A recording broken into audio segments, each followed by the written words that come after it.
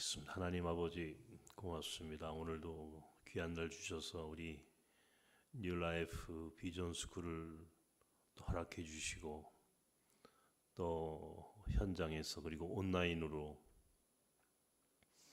각자의 환경과 처지에 맞춰 또 이렇게 참여할 수 있는 은총을 주신 하나님 고맙습니다. 끝나는 시간까지 함께 하시고 은혜를 내려 주옵소서. 예수님 이름으로 기도하옵나이다. 아멘.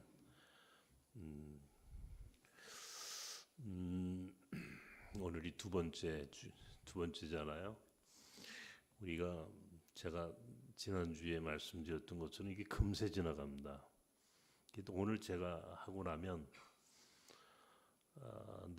다음 주는 이제 김혜경 교수님, 그죠? 김혜경 교수님 오시고 또 강창희 장로님, 또 신현규 목사님, 그 다음에 우리 뉴라이프에서 사역하고 있는 또 권사님 장로님들이 또 오셔서 실제적인 사례 발표도 하실 거고요.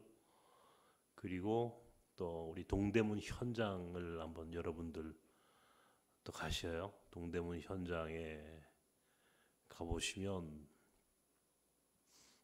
여러분들도 깜짝 놀랍니다. 세상에 또 우리 서울 한복판에 우리 새로운 우리가 생각하지 못한 곳이 있었구나라고 하는 것을 아마 아시게 될 거고, 그리고 마지막 시간에 이제 제가 마지막 날 한 번 더 하면 끝입니다.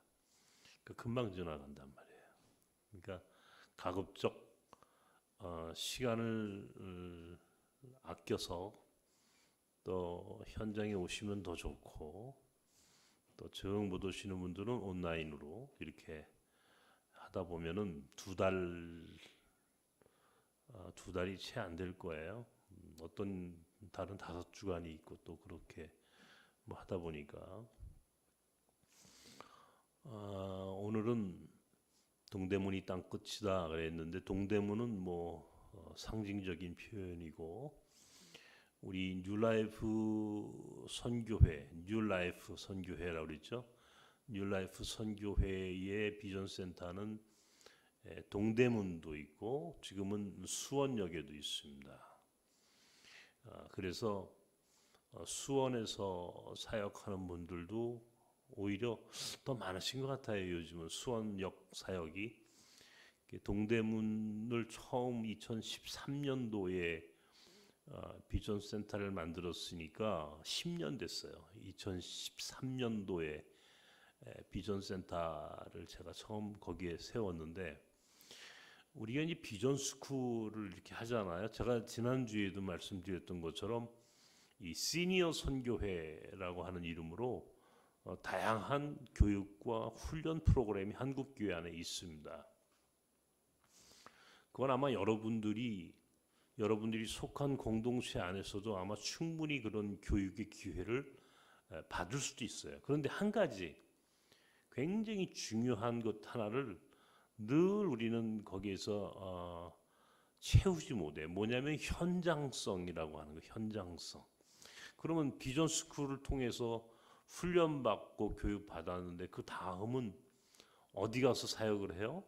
이렇게 이제 여쭤보면은 그건 알아서 하세요. 이렇게 대부분이 하거나, 혹은 해외로 나가세요라고 얘기한다고. 해외. 이따가도 이제 그 해외 이야기를 좀 하겠습니다만은, 외국에 나간다라고 하는 게 이게 능력이 되거나 시간이 여유가 있는 분들은 얼마든지 나갈 수가 있지만은, 또 어떤 경우에는 해외에 나가는 것이 쉽지 않은, 또 여러 가지 경비, 비용도 있고, 특별히 이제 나이가 이렇게 좀 들어가시면 여러분들 저도 마찬가지입니다만은 이 건강에 문제가 있잖아요, 그죠? 건강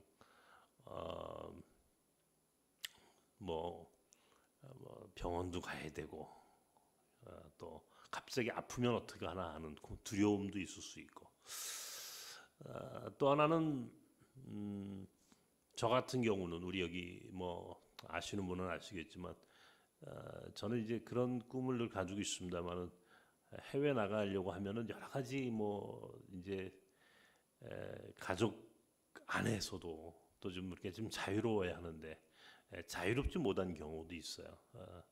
공교롭게도 저 작은 아이는 장애를 가지고 태어난 아이라 저희가 어디 외국에 가려고 그러면 두 가지 선택밖에 없어요. 데리고 나가거나 아니면 누구에게 이제 이렇게 맡기거나 뭐 이렇게 하는 경우.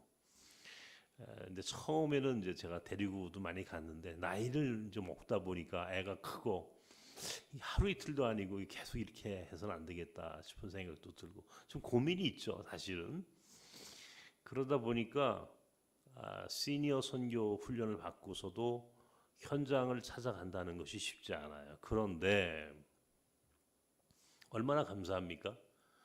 하나님께서 우리가 나가야 할 수고 또 그런 복잡한 여러 가지 또 우리의 개인적인 상황 여건들을 아시고는 해결해 주셨어요. 특별히 저 같은 사람한테는 여러분들 제가 이제 가지고 있는 이 핸디캡이라고 하는 게뭐 육체적인 뭐 눈이 안 보이는 핸디캡도 있지만 여러 가지 사실은 이 설명할 수 없는 굉장히 많은 복잡한 그런 개인적인 그런 어려운 문제들이 좀 있습니다. 제가 이제 오늘 몽골 얘기를 좀 할게요. 이따가 우리가 이주민 선교 사역이라고 하는 게 뭔가라고 하는 것을 이제 설명할 거고 드릴 거고 두 번째는 이제 역파송 선교에 대한 얘기를 오늘 드릴 건데 이주민 선교 사역을 제가 이제 92년도에 처음 이제 국내에서 시작을 했어요. 우리나라에서 92년도라고 하면은 이주민 사역을 몰랐을 때죠. 처음 우리나라에서 이주민 사역을 처음 할 때 내가 90년대 군에서 이제 군목 전역을 하고 2년 동안은 뭐 나이도 젊었고 또 여러 가지 그때 저희 집사람은 이제 원래 중고등학교에서 교사를 했어요. 일반 공립학교에서 교사를 했고 또 아이들 둘을 낳고 뭐 이제 이런 그러다가 이제 작은 아이가 장애 아이인 것이 또 알게 되고 근데 이러면서 멈칫 제가 결정을 못 하고 있다가 2년 정도를 어느 연구소에서 좀 제가 좀 시간을 좀 갖고 공부도 좀 더 준비하고 그러다 92년도에 미국의 시카고로 공부를 하러 가게 되었는데 뜻하지 않게 하나님께서 저를 부르셨어요. 그 부르심이라고 하는 게 지금 생각해 보면 제 운명을 가는 건데 소망교회 그 당시 곽선희 목사님이 담임 목사님으로 계실 때인데 저를 이제 어떻게 한번 만나자 해서 아침에 일찍 7시에 소망교회를 갔더니 목사님이 당신이 미국의 풀러 신학교를 졸업하신 분인데 풀러 신학교는 이 선교학으로 굉장히 유명한 세계적인 신학교입니다. 풀러에서 선교 신학을 전공한 선교 신학자인데도 불구하고 소망교회는 선교사를 파송하지 않는 교회라는 거예요. 이제 그건 뭐 당연히 뭐 이 당신만이 가지고 있는 뭐 특별한 이유가 있었겠죠. 이제 그리고 한 가지 덧붙이시면서 뭐라 그러냐면 가장 좋은 선교의 모델을 당신이 미국에서 보셨는데 가장 좋은 선교는 이주민 선교를 하는 것이다. 이주민 선교라고 하는 말을 저는 거기서 처음 들었어요. 사실은 그 전까지는 제가 선교라고 하는 말에 대해서 우리가 학교 다니면서 신학교 다니면은 선교 신학이라는 게 있으니까 뭐 공부를 하지만은 특별하게 관심을 갖거나 또 제가 거기에 대해서 무슨 사명감을 갖고 있지 않았어요. 그런데 이주민 선교라고 하는 말을 하는데 저는 그때 깜짝 놀랐어요. 그 당시에 제가 90년도 군목을 전역할 때 제게 이제 그 몇 가지 조건이 있었어요. 이제 제 앞으로 진로를 결정하는데 조건은 뭐냐면 최고가 아니라 최초가 된다는 것이 제 인생의 기준이었어요. 최고가 아니라 최초가 된다. 다른 사람이 갔던 길은 가지 않는다. 이런 말을 제가 아주 곧잘 쓰고 다녔어요. 제 방에도 지금도 들어와 보시면은 제 방 그 벽에 성을 쌓는 자는 망한다. 그러나 길을 내는 자는 흥한다라고 하는 그런 문구가 적혀 있는 것을 아마 보실 겁니다. 그 말은요, 아마 어디선가 많이 들어보신 얘기죠, 그죠? 성을 쌓는 자는 망한다. 그러나 길을 내는 자는 흥한다. 이건 제가 쓴 말이 아니고 몽골의 울란바토르 외곽에 가면은 이 도뉴쿠크라고 하는 당시, 그러니까 오래전에 6세기에서 9세기 사이에 이 몽골 초원을 비롯해서 중앙아시아 대초원의 주인공이 누구냐면 돌골족이에요. 돌골족. 우리는 지금 그 사람들을 투르크 혹은 지금 터키 민족의 전신이죠. 투르키에 혹은 투르크. 근데 돌궐, 우리는 이제 그 한자 표음을 따가지고 돌궐이라고 짓는데, 돌궐족이 그 몽골 초원을 비롯해서 이 중앙아시아 대초원까지의 주인공이었을 때에 그 당시 도뉴쿠크라고 하는 장군이 있었는데, 그 장군의 비문에 쓰여 있는 문입니다. 비문. 그게 울란바토르 외곽에 그게 그 비문이 발견이 됐어요. 거기에 이렇게 써 있는 거예요. 성을 쌓는 자는 망한다. 길을 내는 자는 흥한다. 그러니까 이 도뉴쿠크라고 하는 돌골족 유목민의 장군이 자신의 후손들에게 유목민의 정신을 가르쳐주는 굉장히 중요한 메시지를 담고 있는 문구입니다.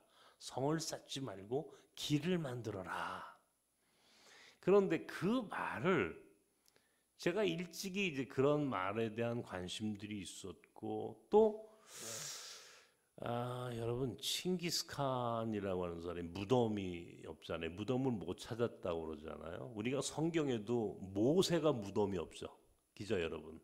모세가 광야 40년을 히브리 백성을 데리고 다녔다가 마지막에 비스가산, 우리는 느보산이라고도 하는데, 그 꼭대기에 올라서 그가 걸어왔던 40년의 광야 생활을 돌아보게 하시고, 그리고 그 민족이 가야 할 가나안 땅을 바라보는, 그 비스가산이라고 하는 게 바로 요단강하고 붙어 있어요. 이게 지금의 요르단인데, 그러니까 이 비스가산 꼭대기에서 제가 거기로 올라가 봤어요. 비스가산을.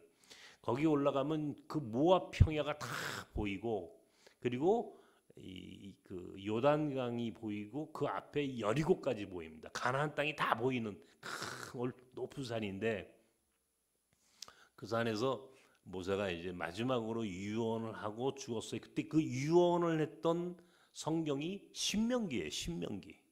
성경에 신명기가 있죠. 신명기서는 그래서 모세의 유언집이에요. 유언집. 자기 자신 후손들에게 자신의 이 마지막 그 유언을 한 건데, 그리고 나서는 모세가 흔적도 없이 그의 주검이, 시신이 사라져 버려요. 왜 사라져 버렸을까요?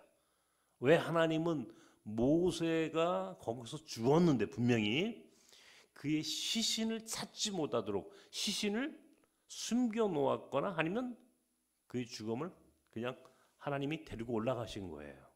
왜 그랬을까? 무덤을 만들지 않기 위해서요. 무덤을 만들면 뭐가 생겨요? 사람들이 무덤가에서 통곡하고 무덤을 떠나지 않는다는 거예요. 그러니까 무덤은 인간에게 우상이 되는 거예요. 죽은 자를 기억하게 하는, 죽은 자를 추모하고 그 죽은 자를 생각하다가 결국 이스라엘 민족이 가야 할 목적지는 광야가 아니라 가나안이잖아요. 그죠? 광야가 아니고 가나안인데, 아직도 가나안 들어가지도 못했는데 모세가 거기서 죽어서 무덤을 남기면 이 민족이, 히브리 민족이 가나안에 안 들어갈 거예요. 그냥 모압 평야에서 모세의 무덤가에서 매일 모세를 추모하고 살 테니까, 모세는 그것을 알고 그의 죽음을 숨겼거나 하나님이 데리고 올라가. 똑같이 칭기스칸도 자신의 무덤을 만들지 않아요. 왜? 그 민족이 유목민이기 때문에 언젠 늘 새로운 미래를 향해서 도전하고 또 계속해서 그들이 원하는 그런 세상을 만들기 위해서는 그 자신의 죽음의 자리를 남겨놓지 않아야 되겠다라고 하는.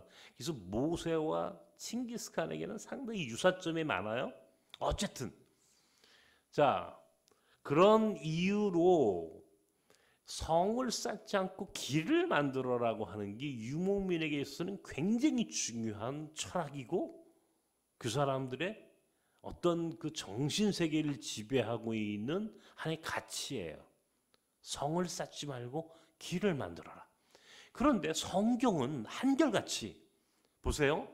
성경은 창세기부터 요한계시록까지 성경이 66권인데 66권의 성경은 한결같이 하나님의 나라라고 하는 목적을 향해 걸어가는 거예요. 우리가 머물러 있어야 할 곳은 여기가 아니에요. 우리가 가야 할 목적지가 따로 있는 거예요. 그래서 히브리서 11장에 보면은 우리는 본디 외국인이요 이방인이라 그런 말이 나와요.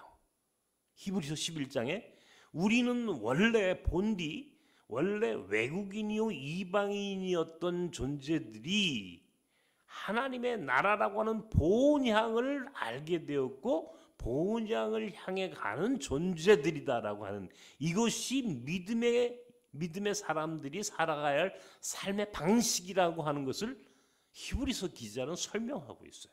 좀 어렵죠, 여러분. 자, 조금 쉽게 얘기할게요. 늘 성서는 한결같이 길떠가는 나그네들의 이야기로부터 시작합니다. 아브라함에서부터. 아브라함은 창세기 12장 1절에서 너는 너의 본토 친척 아비집을 떠나 내가 내게 보여줄 땅으로 가라. 떠나가라라고 하는 게 창세기 12장 1절에 나오는 본문입니다. 떠나가라. 그죠? 하나님은 아브라함에게 떠나가라. 이게 명령이에요. 아브라함의 후손들 보세요. 이 후손들 가운데 리브가라고 하는 며느리, 리브가의 고향이 어디예요, 여러분? 리브가의 고향이 어디예요? 모르세요? 하란이에요, 하란. 리브가의 고향이 하란인데 하란은 아브라함이 떠나온 곳이죠, 그죠? 하란이라고 하는 것은 아브라함이 우르에서 하란을 거쳐서 떠나온 곳이라고요. 거기서부터 아브라함의 아들이었던 이삭에게로 시집을 와요.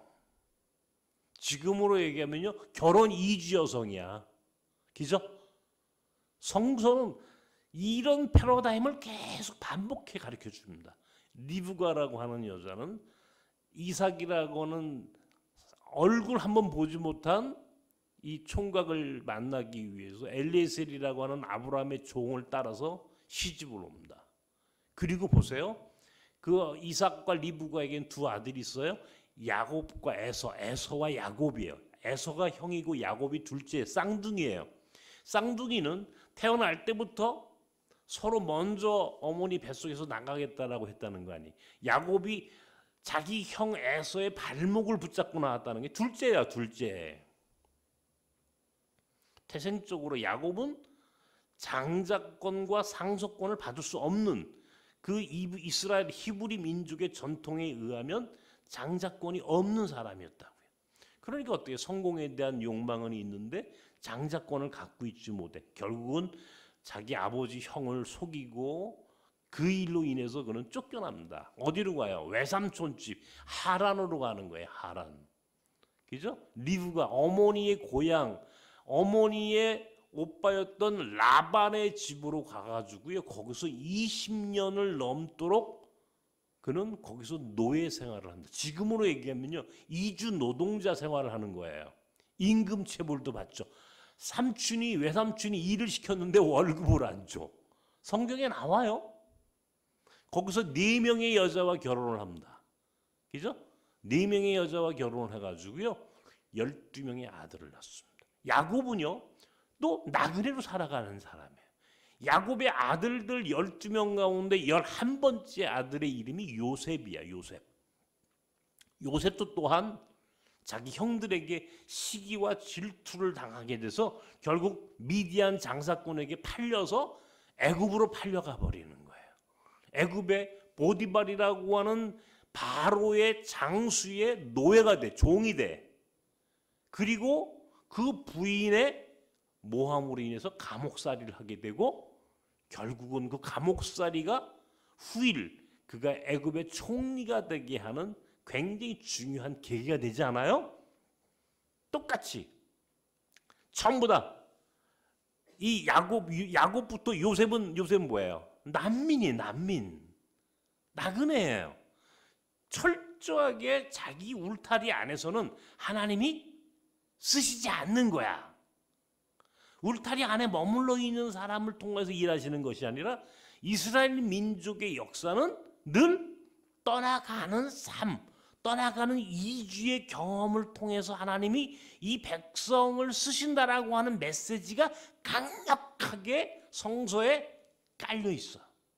모세도 보세요. 모세가 고향이 그의 원래 민족은 히브리 민족이에요. 그런데 그가 바로의 궁전에 바로 양자로 들어가게 되고요. 미디안 베두인족의 이 사위로 또 이방인의 삶을 살다가 다시 자기의 백성을 구하기 위해서 왔다가 뭐 이런 일들이 반복되죠. 보세요. 성경에 다윗과 솔로몬 시대를 지나고 나가지고 솔로몬이 끝나고 솔로몬이 죽고 나가지고 르호보암과 여로보암으로 왕국이 나눠져요. 남북으로 우리처럼. 그래서 북왕국을 이스라엘이라고 하고 남왕국을 유다라고 그래. 그죠? 북왕국 이스라엘, 남왕국 유다. 르호보암과 여로보암이라고는 두 왕들로 갈라져. 북왕국 이스라엘은 아시리아, 지금의 시리아에 의해서 멸망을 해요. 남왕국 유다는 바벨론에 의해 바벨론 느부갓네살에 의해서 멸망을 해버려. 그때부터 어떻게 됩니까? 끌려가 버리죠. 아시리아에 의해서 끌려가가지고 이주를 해서 나중에 하나의 민족 공동체를 이룬 사람들이 바로 사마리아 사람들이야. 아세요? 사마리아 사람이 왜 이방인이 되는지 아세요? 아시리아가 유대인들을 갖다가 이방인의 도시에 끌어다가 흩어져나 거기서 이방인들과 유대인들이 함께 결혼해가지고 이게 뭐가 돼? 다문화가 되는 게 다문화 가정, 다문화 민족이 사마리아 민족이야. 바벨론에 의해서 이스라엘 민족이 예루살렘이 무너지고 흩어져 버려. 바벨론의 유수라고 그래. 그죠? 바벨론의 포로라고 한다고. 전 세계에 흩어져 버립니다. 어디까지 가요? 페르시아까지 갑니다. 페르시아가 결국은 또 전 세계를 지배하고 고레스라고 하는 왕이 결국 그 민족을 다시 예루살렘으로 돌아갈 수 있도록 허용을 하는 바람에 이들이 예루살렘에 돌아갔을 뿐 이 민족은 아시리아에 의해서 바벨론에 의해서 페르시아에 의해서 계속해서 흩어집니다. 후에 페르시아가 멸망하게 되고 마게도니아의 알렉산더가 세상을 지배할 때 또 그 민족은 터져버려.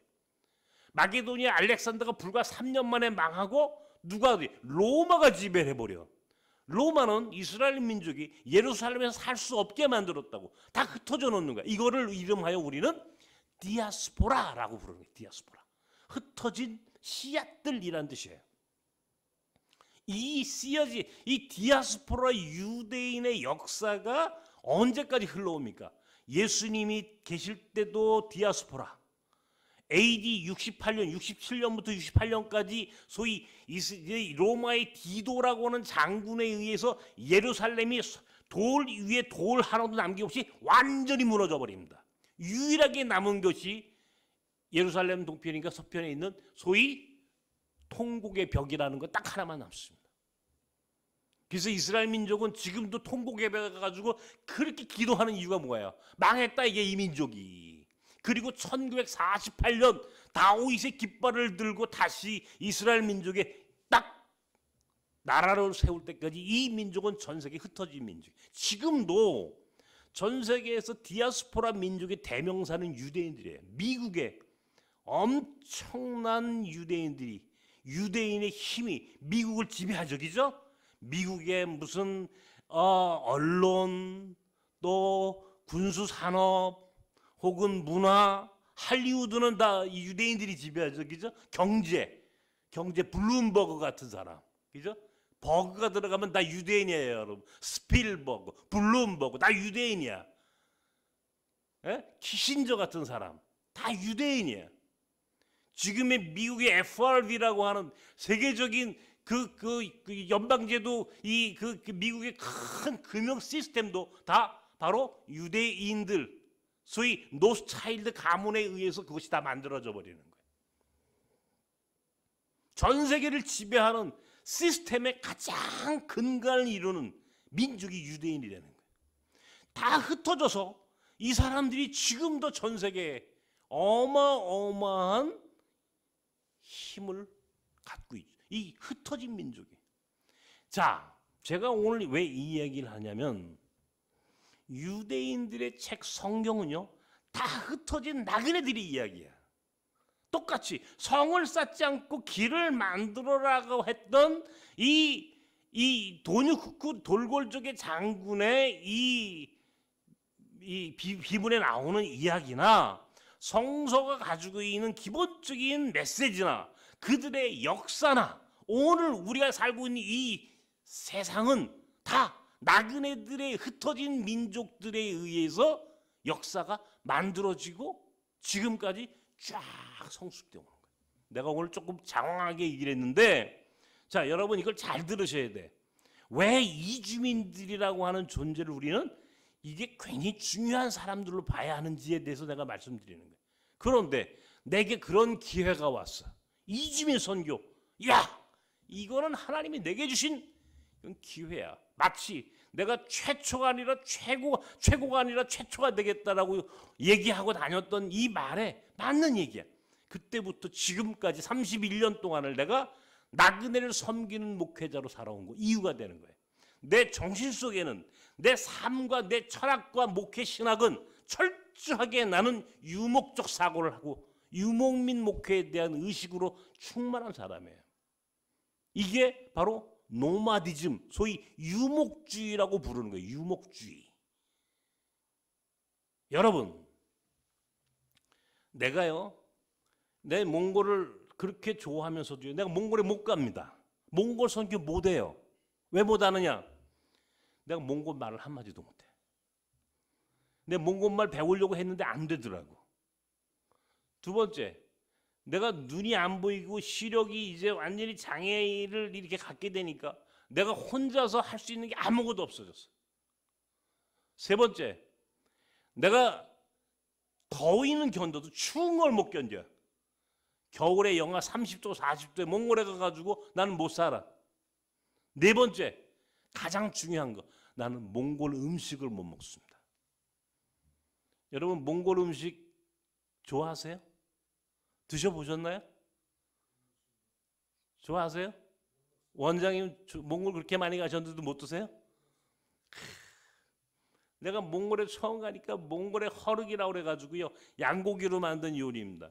몽골에 가가지고 목사님 장로님들 막 말 타고 그냥 신나고 양고기 이제 한 두세 번씩 한 후에 이제 총원에서 양고기를 드시는데 잘 드세요. 근데 나는 양 냄새도 못 맡아요. 한 30m 떨어져 가지고 혼자 컵라면 먹고 있는 거야. 우리 교단의 세계 선교부 총무님이 나를 같이 이제 몽골을 갔는데, 아, 유목사 일로 와. 이거 먹어야지. 몽골에 왔으니까 몽골 음식 먹어야 되고, 선교사는 선교사 식성이 있어요. 무슨 음식든 주는 대로 다 먹어야 돼. 선교사는. 나는 못 먹습니다. 난 안 먹습니다. 그랬더니 그분이, 당신이 이제 선교사 출신 아니에요? 당신이 대만을 갔는데, 대만에 가니까 고산족의 추장이 자기가 한국에서 온 이제 그 선교사 이제 선교부 총무라고 현지 있는 선교사가 오늘 저 고산족의 추장이 오늘 목사님 서울에서 손님 오셨다니까 초청해가지고 갔습니다. 저 모시고 오랍니다. 근데 목사님, 이 선교사님, 목사님 가시면 무슨 음식이라도 다 드셔야 돼요 그러더래. 그래서 내가 그래도 선교사 출신인데 다 먹을 줄 알아. 걱정하지 마 그랬더니 딱 갔다 이랬더니 원숭이를 한 마리 딱 삶아가지고 주대. 원숭이. 근데 원숭이를 먹는데 옆에 있는 선교사님이 쿡 찌르더래. 목사님 이거 다 드셔야 돼요. 이거 안 드시면 나 선교 못해요 그러더래. 그래서 자기가 한 마리를 너무너무 맛있게 먹는 흉내를 내가면서 다 먹었대. 근데 너무 잘 먹는다고 앞에 있는 추장이 한 마리를 더 갖다 주더래. 이 두 마리 먹었답니다 자기가. 원숭이를. 그 나보고 하는 얘기가 유목사 원숭이 고기 먹어봤어요? 내가 양고기도 안 먹는데 원숭이 고기를 왜 먹습니까? 나는 건강도 말도 못해. 그 나라 날씨도 안 맞아. 더욱이 음식도 안 맞아. 난 몽골 안 갑니다. 난 몽골 선교사 안 합니다. 그 대신 하나님이 내게 은혜를 베푸셔서 여기서 몽골 사람을 선교할 수 있게 해주셨어요. 한국에서. 나는 한국말로 한국 음식을 먹으면서 한국의 날씨에 맞춰서 나는 얼마든지 몽골 사람을 만날 수 있어. 우리나라의 몽골 사람들이 지금 공식적으로 5만 명 정도 들어왔다고 그러고 비공식적으로 얘기하면 7만 명 혹은 9만 명, 10만 명쯤 들어왔다고 이야기를 해요. 몽골 인구 300만 조금 넘는데 몽골 인구 300만 한 330만 이렇게 되거든요. 몽골 인구 300만 조금 넘는 인구 중에 900만 혹은 9만 10만 명쯤 왔다 그러면요. 몽골 인구 3%가 우리나라에 들어와 있는 거예요. 3%. 100명 중에 3명이 한국에 와 있다고. 예를 들자면은 100명 중에 3명인데 이 사람들이 얼마나 중요한 사람들이냐. 몽골 경제를 좌지우지하는 사람들이에요. 몽골의 GDP의 거의 17%에서 20%를 차지하는 엄청난 경제적인 영향력을 끼치는 사람들이 예를 들자면 우리나라의 몽골 사람들이 이 사람들이요. 제가 여기서 몽골 학교를 하잖아요. 지금. 그죠? 24년째 몽골 학교를 8명 데리고 지금 350명 되는 몽골 학교를 만들었어요. 내가 마지막 날 몽골 학교 얘기를 또 할 텐데 자 나보고 사람들이 물어봐요. 목사님 왜 하필 많은 나라들인데 왜 하필 몽골이에요? 아니에요. 저는 하필 몽골이 아니에요.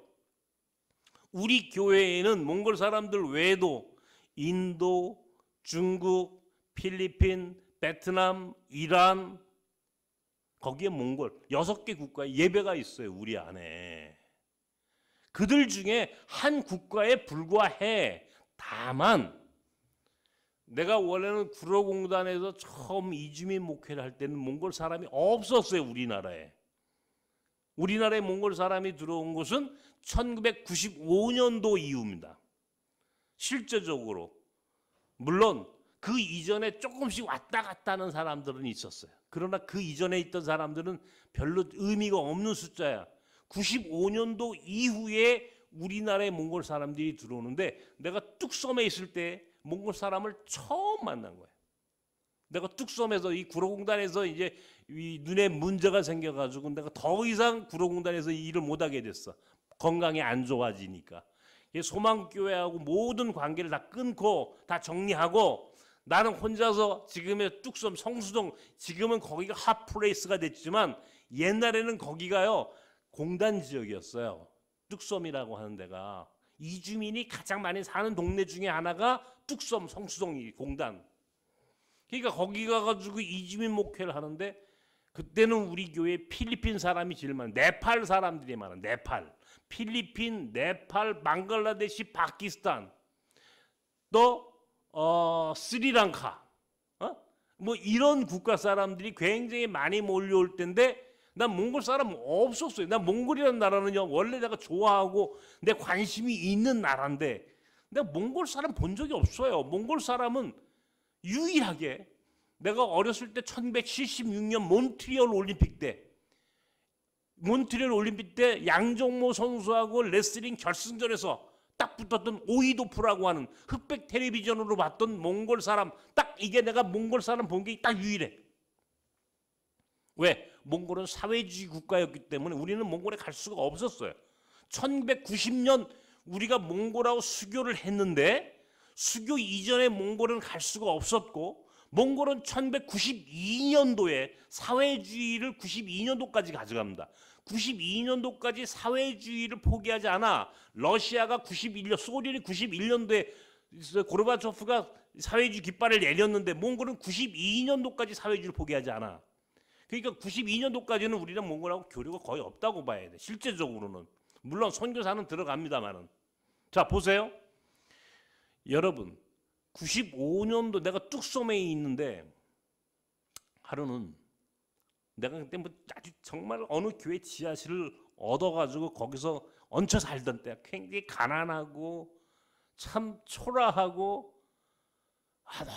너무너무 어려울 때 내가 그때 눈도 막 이제 희미하게 이제 눈에 시력은 남아 있었지만 시력은 떨어져 갖고 돈도 없었고 누가 찾아오는 사람도 없고 아주 불쌍할 때입니다. 그런데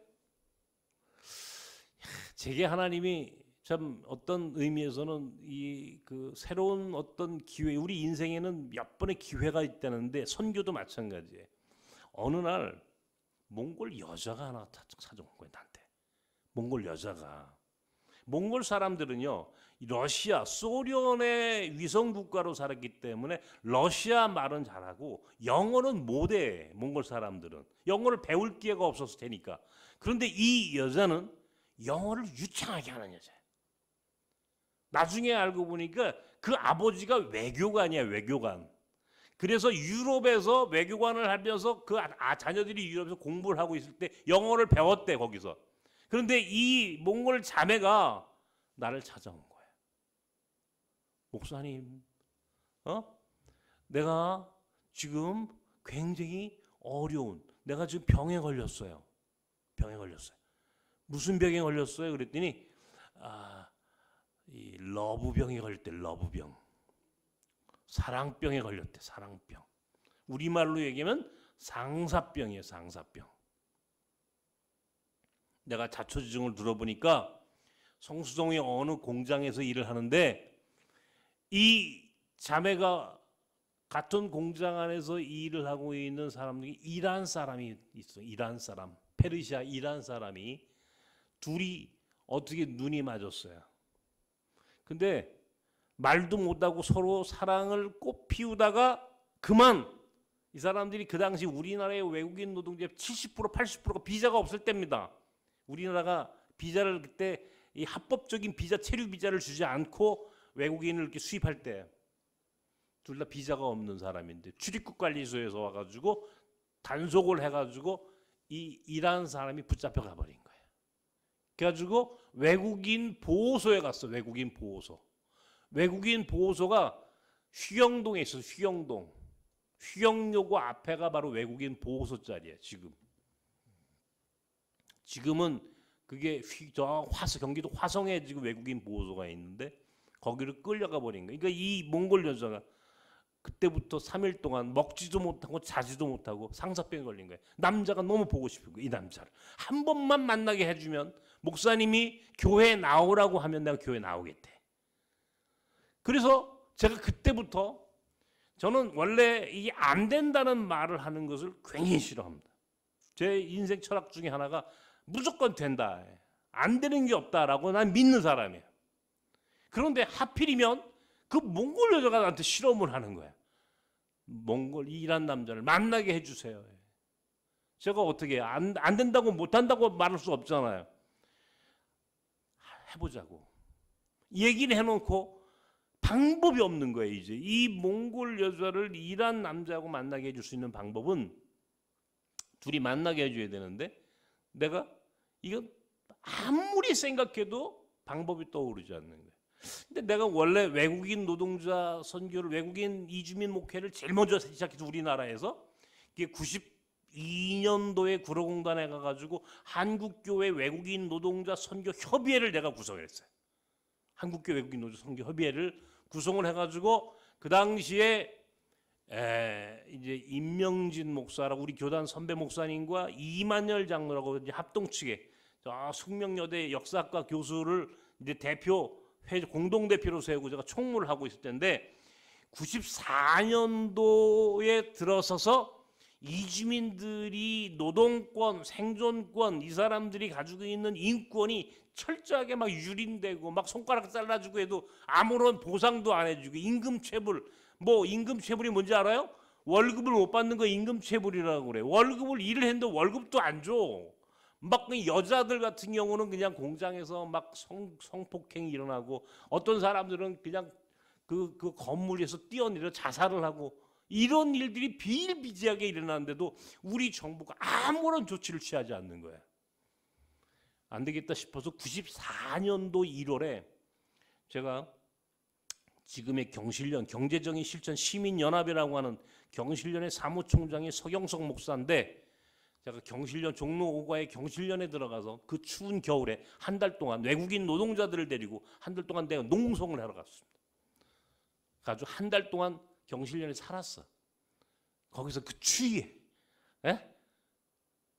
그래 그때 94년도니까 YS 문민정부가 딱 들어오고 나서니까 얼마나 그래도 세상이 바뀐 거예요.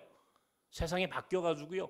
딱 제가 경실련에 들어가니까 금방 대책위원회가 구성이 되고 청와대, 뭐 국정원 또는 무슨 출입국 관리소, 경찰청 외삭과 뭐 쫙 해가지고 딱 이 테이블이 구성이 되게 이 소위 대책위원회가 구성이 돼가지고 회의를 딱 하기 시작하는 거예요.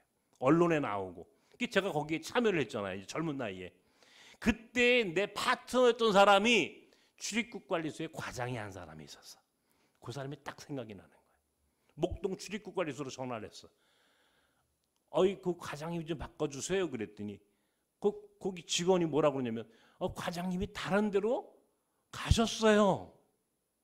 어디로 가셨어요? 출입국 관리소 외국인 보호소 소장으로 가신 거예요. 하필이면 전화를 끊고 제가 외국인 보호소 소장한테 전화를 다셨어요. 과장님. 그랬더니 이분이 너무너무 반가워하면서 목사님이 그때 그 94년도 그 어려운 때 그 목사님 같이 파트너 돼서 잘 지혜롭게 그래도 그 문제를 잘 풀어서 제가 영전을 해서 소장으로 왔습니다. 목사님 한번 오세요.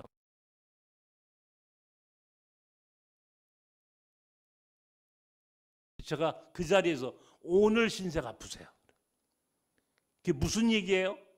자, 설명을 하는 겁니다. 이러이러해서 몽골 여자가 한국에 왔고 이란 남자가 한국에 와가지고 공장에서 둘이 일을 하다가 사랑에 빠졌는데 공교롭게도 한 사람은 지금 당신이 데리고 있고 한 사람은 내가 데리고 있어요. 이 두 사람을 만나게 해줘야 되겠는데 오늘 마침 당신이 거기에 있고 나는 여기 있는데 내가 갈 테니까 만나게 해주자고. 그랬더니 이분이 뭐라고 그러냐면 목사님 제가 공무원입니다. 공무원. 제가 목이 하나입니다. 못합니다. 대통령이 오셔도 안 되는 겁니다. 안 되는 게 어디 있습니까? 막 30분 동안 설명을 해도 안 된대. 끝까지 버텨.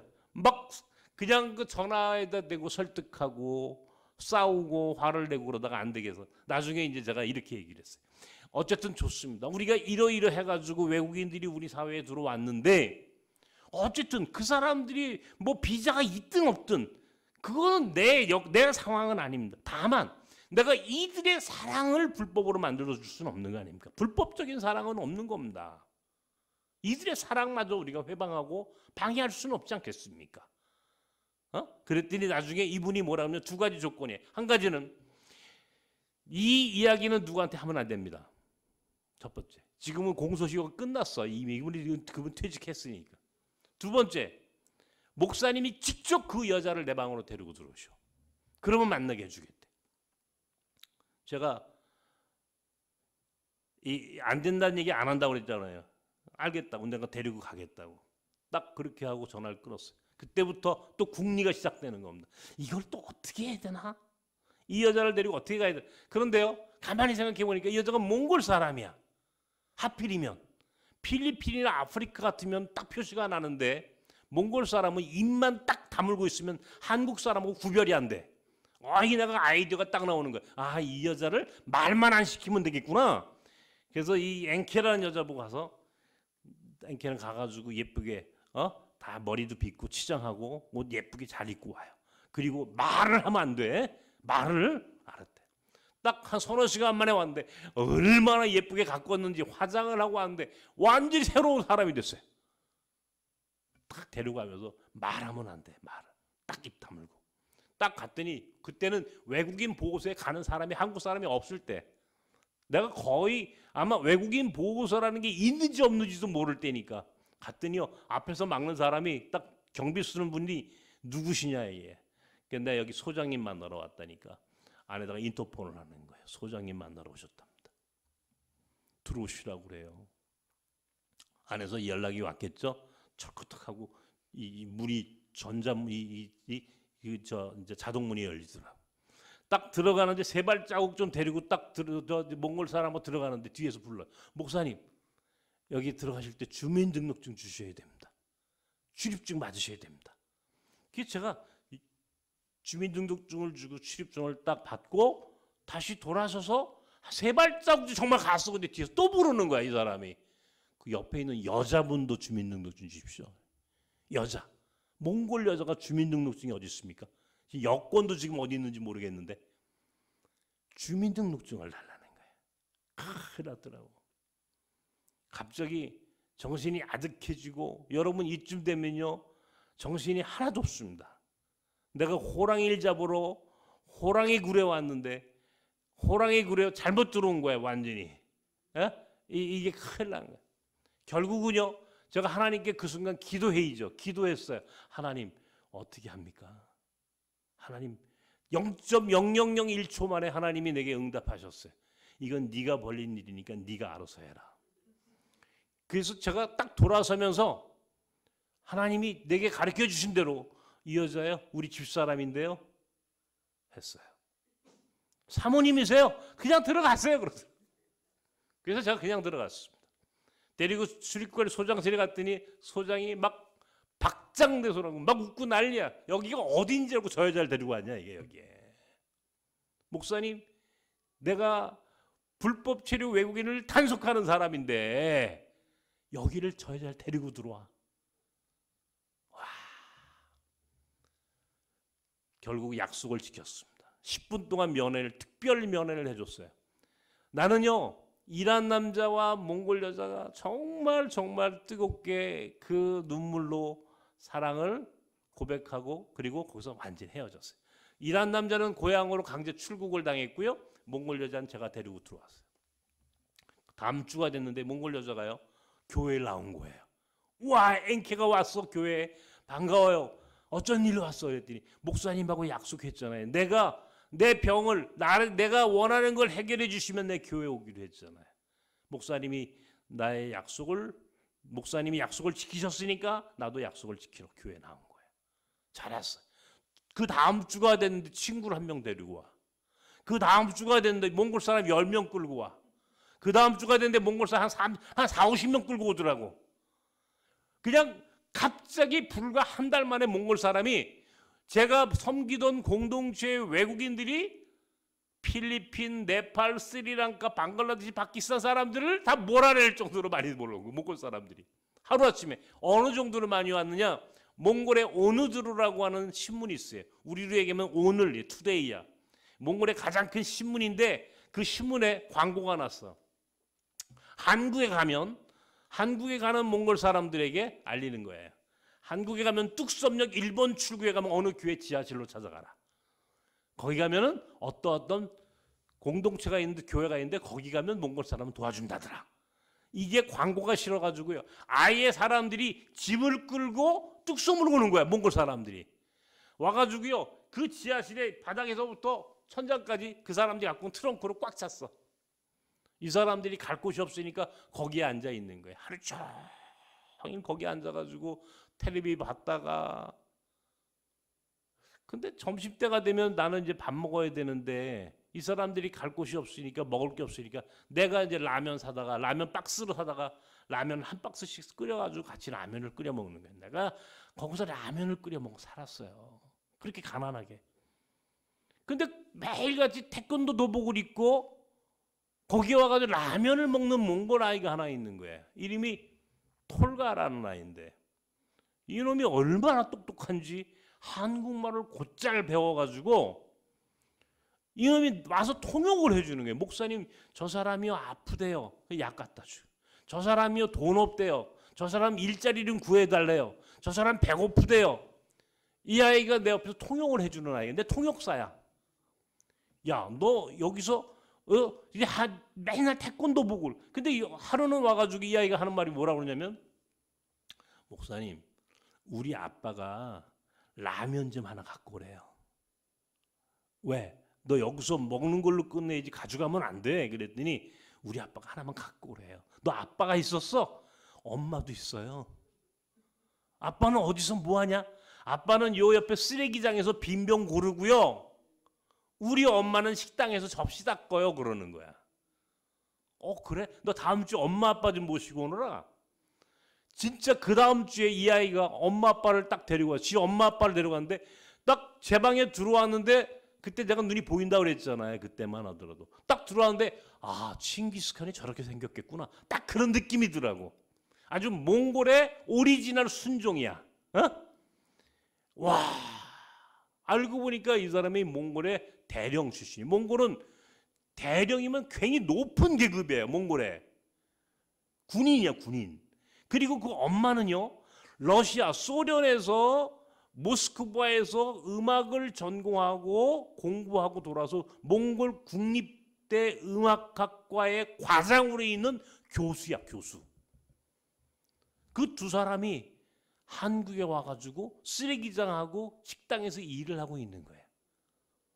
야, 이 사람들이 무슨 사연이 있길래 몽골에서 그 정도쯤이 되면은 이게 최고의 엘리트 아니에요? 대학교, 국립대학교 교수에 가장 높은 계급의 육군 대령 출신이면, 그것도 몽골에 거의 장군이 없는 나라에서 최고의 엘리트들인데 이 사람들이 한국에 와 있어요.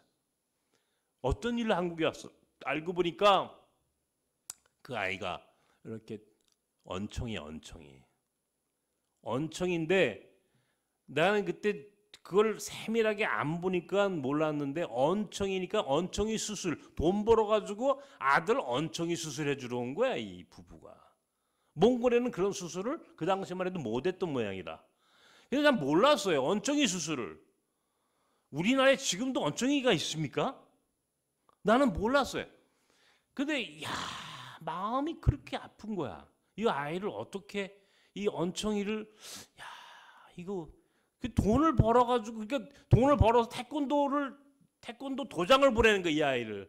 학교도 못 보내고 태권도 가서 태권도 배워서 점심때쯤이면 라면 먹으러 왔다가 한국말 배워가지고 통역도 하고 이렇게 해서 나랑 친해진 아이야, 이게 보니까. 도와주고 싶더라고, 내 마음속에. 언제 그 사람들이 식당에서 일하고 그 쓰레기장에서 공병 이거 해가지고 언제 돈 벌어서 아이 언청이 수술을 해주냐고. 나중에 내가 알고 보니까 언청이 수술인데 돈이 뭐 700만 원인지 800만 원 든대요. 이게 언청이 수술이 간단한 수술이 아니래요. 이게 안에 이게 뭐 이 뼈를 연결하고 그다음에 우리 저 원장님 이 치열도 교정하고 또 겉에 성형 수술하고 수술을 3번인가 해야 한답니다. 복잡한데요. 이게 어디도 안 해주는 거예요. 내가 이제 이 수술을 하려고 뭐 여기 한양대학병원, 아산병원, 뭐 우리나라의 큰 대학병원 다 공문을 보냈어요. 이런 아이가 있는데 수술 좀 해달라고. 아무도 반응이 없어. 근데 유일하게 수원에 있는 아주대학병원에서 연락이 왔어. 한번 데리고 오라고. 제가 이 아이를 데리고 그 엄마하고 같이 갔더니 이 수원에 있는 아주대학병원의 원장님한테 탄원서도 보내고 뭐 해가지고 했더니 사회복지사가 목사님 우리 병원에서 무료 수술해 주겠다 이게. 너무너무 고맙잖아요. 무료 수술해 준다니까. 그렇게 해가지고 무료 수술을 하게 되었는데 이게 사람이 참 내 마음대로 안 되는 게 이제는 수술을 하기에 앞서서 검사를 해야 된다고 아이를 병원에서 오라고 해서 보내고 나니까 전화가 왔어요. 목사님 이 아이는요 이 만신 전신 마취를 해가지고 아이 수술을 해야 되는데 마취를 하면은 깨어나지 않는 특수한 알레르기를 갖고 있대. 이 아이가 나중에 커가지고 지가 체력적으로 이걸 이길 수 있을 때 수술을 해야지 지금은 너무 어려서 안 된대. 못 한다는 거예요. 결국은요 수술을 못하고 돌아가게 됐어요. 몽골로. 돌아가기 전에 그 엄마가 와가지고 우리 톨가가 왜 몽골에는 이거 없어 십자가 얘 왜 예배 드리는 데가 없다 이게 세례라고 하는 말을 들어가지고 이 세례를 달래. 근데 그날 그 두 엄마하고 아들에게 세례를 줬어요. 그리고 갔어. IMF가 딱 터졌어요. 97년도 내가 이제 뚝섬에서 있다가 강변역으로 이사를 와가지고 97년 12월 지나 98년도 IMF가 터져 막 정신이 없으니까 외국인들이 이제는 우리나라에서 일을 못하는 거야. 일자리도 없고 환율이 너무 올라가 버리니까 1달러에 뭐 2,000원 막 1,500원 2,000원씩 했잖아요. 그러니까 우리나라에서 일을 해도 소용이 없어. 돈의 가치가 너무 떨어져 버리니까. 그러니까 많은 사람들이 자기는 돌아갔다고. 몽골 사람들도 다 거의 돌아갔어요. 돌아가가지고요 저한테 연락이 오는 거예요. 목사님 우리 몽골에 한번 목사님 초청할 테니까 오세요. 울란바토르를 좀 한번 오세요. 제가 99년도 5월 셋째 주 딱 요맘때겠네 그죠? 5월 셋째 주에 몽골을 처음 갔습니다. 한국에서 목사님 장로님들 몇 분을 모시고 울란바토르 공항에 가니까 울란바토르 공항이 너무 허접해. 정말 우리나라의 시골 공항과 비교가 안 될 만큼 너무 형편없어. 그 짐을 찾느라고 이렇게 가만히 이게 짐을 기다리고 있는데 자동문이 열렸다 닫혔다 할 거 아니에요, 그죠? 밖에 대합실이니까 사람들이 꽉 찼어. 그 밖에. 그런데 몽골이라는 나라의 비행기가 딱 한 대, 서울에서 들어온 대한항공 한 대밖에 없어 그날. 근데 사람이 내가 볼 땐 대한항공 타고 온 사람 중에서 무슨 굉장한 사람이 없는데 사람들이 꽉 찼어. 이상하다. 내가 짐을 딱 차가가지고 나가니까요. 현관문이 딱 열려서 나가보니까 현수막이 저 뒤에 붙어있는 크게 목사님 환영합니다. 그 현수막에 목사님 환영합니다. 그런데 사람들이 전부 꽃 들고 저보다 나한테 잘 달려오는 거예요. 와, 엄청난 환영을 받았습니다. 제가. 그 다음 주에 김대중 DJ 대통령이 우리나라 국빈으로 처음 몽골을 방문했는데 그분도 그런 환영 못 받았답니다. 제가 얼마나 큰 환영을 받았는지 그날 홈커밍 데이에서 그 사람들하고 같이 저녁 만찬을 하고 식사를 하고 이 사람들이 공식적으로 선교사를 보내주세요. 교회를 세워주세요. 몽골에 교회 세워주세요. 몽골에 선교사 보내주세요. 이게 그 사람들이 내게 요구하는 거예요. 서울에 돌아와서 그 당시 우리 교회에서 같이 섬기던 전도사를 목사 안수를 줘서 이제 이분을 선교사로 보냈어요. 몽골에 울란바토르에 돌아간 몽골 사람들을 목회하고 선교하라고 나섬 공동체가 지금까지 만났던 몽골 사람들을 많은 몽골 사람들이 있었으니까 이 사람들 이 사람이 가서 만든 교회가 울란바토르 선교교회입니다. 이게 몽골의 지금은 가장 큰 교회입니다. 이게 가장 큰 한국 사람이 세운 교회죠. 가장 큰 교회가 되는 이 울란바토르 선교교회라는 데가 10월 5일 날 창립 예배를 드리는데 내가 갔죠. 창립 예배를 드려야 되니까 갔어요. 예배를 딱 끝나고 호텔방에 들어왔는데 누가 똑똑똑 문을 여니까요. 그 톨가 언청이 아이가 그 아버지하고 쓱 들어오는 거야. 야 톨가야 너 여기 웬일이냐? 그 아버지하고 샘배로하고 인사를 했는데 그 아버지가 서울에서 성수동의 쓰레기장에서 빈병 고르던 사람이 아니야. 아 이게 뭔가 이게 다른 사람이 되어져 있는 거야. 나중에 알고 보니까 몽골 대통령의 경호실 책임자가 돼. 우리로 얘기하면 경호처장이 된 거야. 와, 이분이 뭐라고 그러냐면요. 목사님이 한국에서는 목사님이 우리를 도우셨지만 여기서는 내가 목사님을 도와드리겠습니다. 목사님 여기 지금 교회 세우셨죠? 그렇다고. 그때부터 불과 6개월도 채 되지 않아서 울란바토르 선교교회라고 하는 교회가 몽골 최초의 공식적인 몽골 정부로부터 인가를 받은 교회가 됩니다. 몽골이라는 나라가 여러분도 알다시피 이게 라마 불교가 거의 이 주류 종교거든요. 샤머니즘과 라마 불교가 그 나라의 최고의 그 종교인데 기독교를 인정해줘요? 안 해줘요. 그런데 한국 선교사가 세운 그 울란바토르 선교교회라는 교회를 최초로 불과 세운 지 6개월도 되지 않아서 한국 사람이 세운 교회인데 그 교회를 최초로 몽골 정부가 인가를 해줬어. 공식적인 교회로. 획기적인 역사적인 사건인 거야. 그리고 몇 달 후에 거기 있는 선교사가 옥외에다가 십자가를 처음으로 달았습니다. 우리나라는 십자가가 옥외에 많지만 몽골에 가가지고 십자가 있는 거 보셨습니까, 여러분? 몽골에 가가지고 없어요, 거의. 옥외에 처음으로 네온 사인을 해가지고 십자가를 달았어. 그랬더니 그 오너드르라고 하는 그 일간지에서 취재가 나온 거야. 선교사님이 어느 날 아침에 나한테 팩스를 한 장 보냈어. 목사님, 우리 교회가 신문에 나왔어요. 신문 몽골 말로 되어 있으니까 우리 몽골 사람들 통역을 해가지고 갖고 왔더니 그 타이틀이 뭐냐면 이게 뭐냐, 제목이 이게 뭐냐, 이게 그 신문의 타이틀이야. 5개의 십자가가 있는 걸 처음 봤어, 몽골 사람들이. 그렇게 해가지고 몽골 선교의 새로운 역사를 쓰기 시작했어요. 그 일로 인해서 몽골 사람들이 교회를 찾아오게 되고 많은 몽골인들이 정말 그 교회에 모여들기 시작했고, 한국에는 그 상사병 걸린 몽골 사람 하나가 우리 공동체의 몽골 사람이 막 바글바글 몰려오게 되고, 몽골에는 또 그 언청이 아이 때문에 또 교회가 인가를 받고 거기에 또 몽골 사람들이 몰려오게 되고, 이주민 선교회라고 하는 것이 이런 놀라운 역사가 일어나는 것을 제가 직접 경험을 했어요. 지난 30년 동안 내가 이주민 목회를 하면서, 물론 다른 나라 목회도 마찬가지지만 몽골 선교를 하면서 저는 굉장히 많은 체험을 했고, 이 몽골이라고 하는 나라가 내게 하나님이 이게 특별한 의미로 내게 주셨구나라고 하는 생각을 하기 시작을 했어요. 여러분, 상사병 걸린 여자가 뭐 그렇게 대단합니까? 그냥 자기들끼리 어떻게 한번 내가 만나게 해준 거야. 물론 스토리가 있지만, 그죠?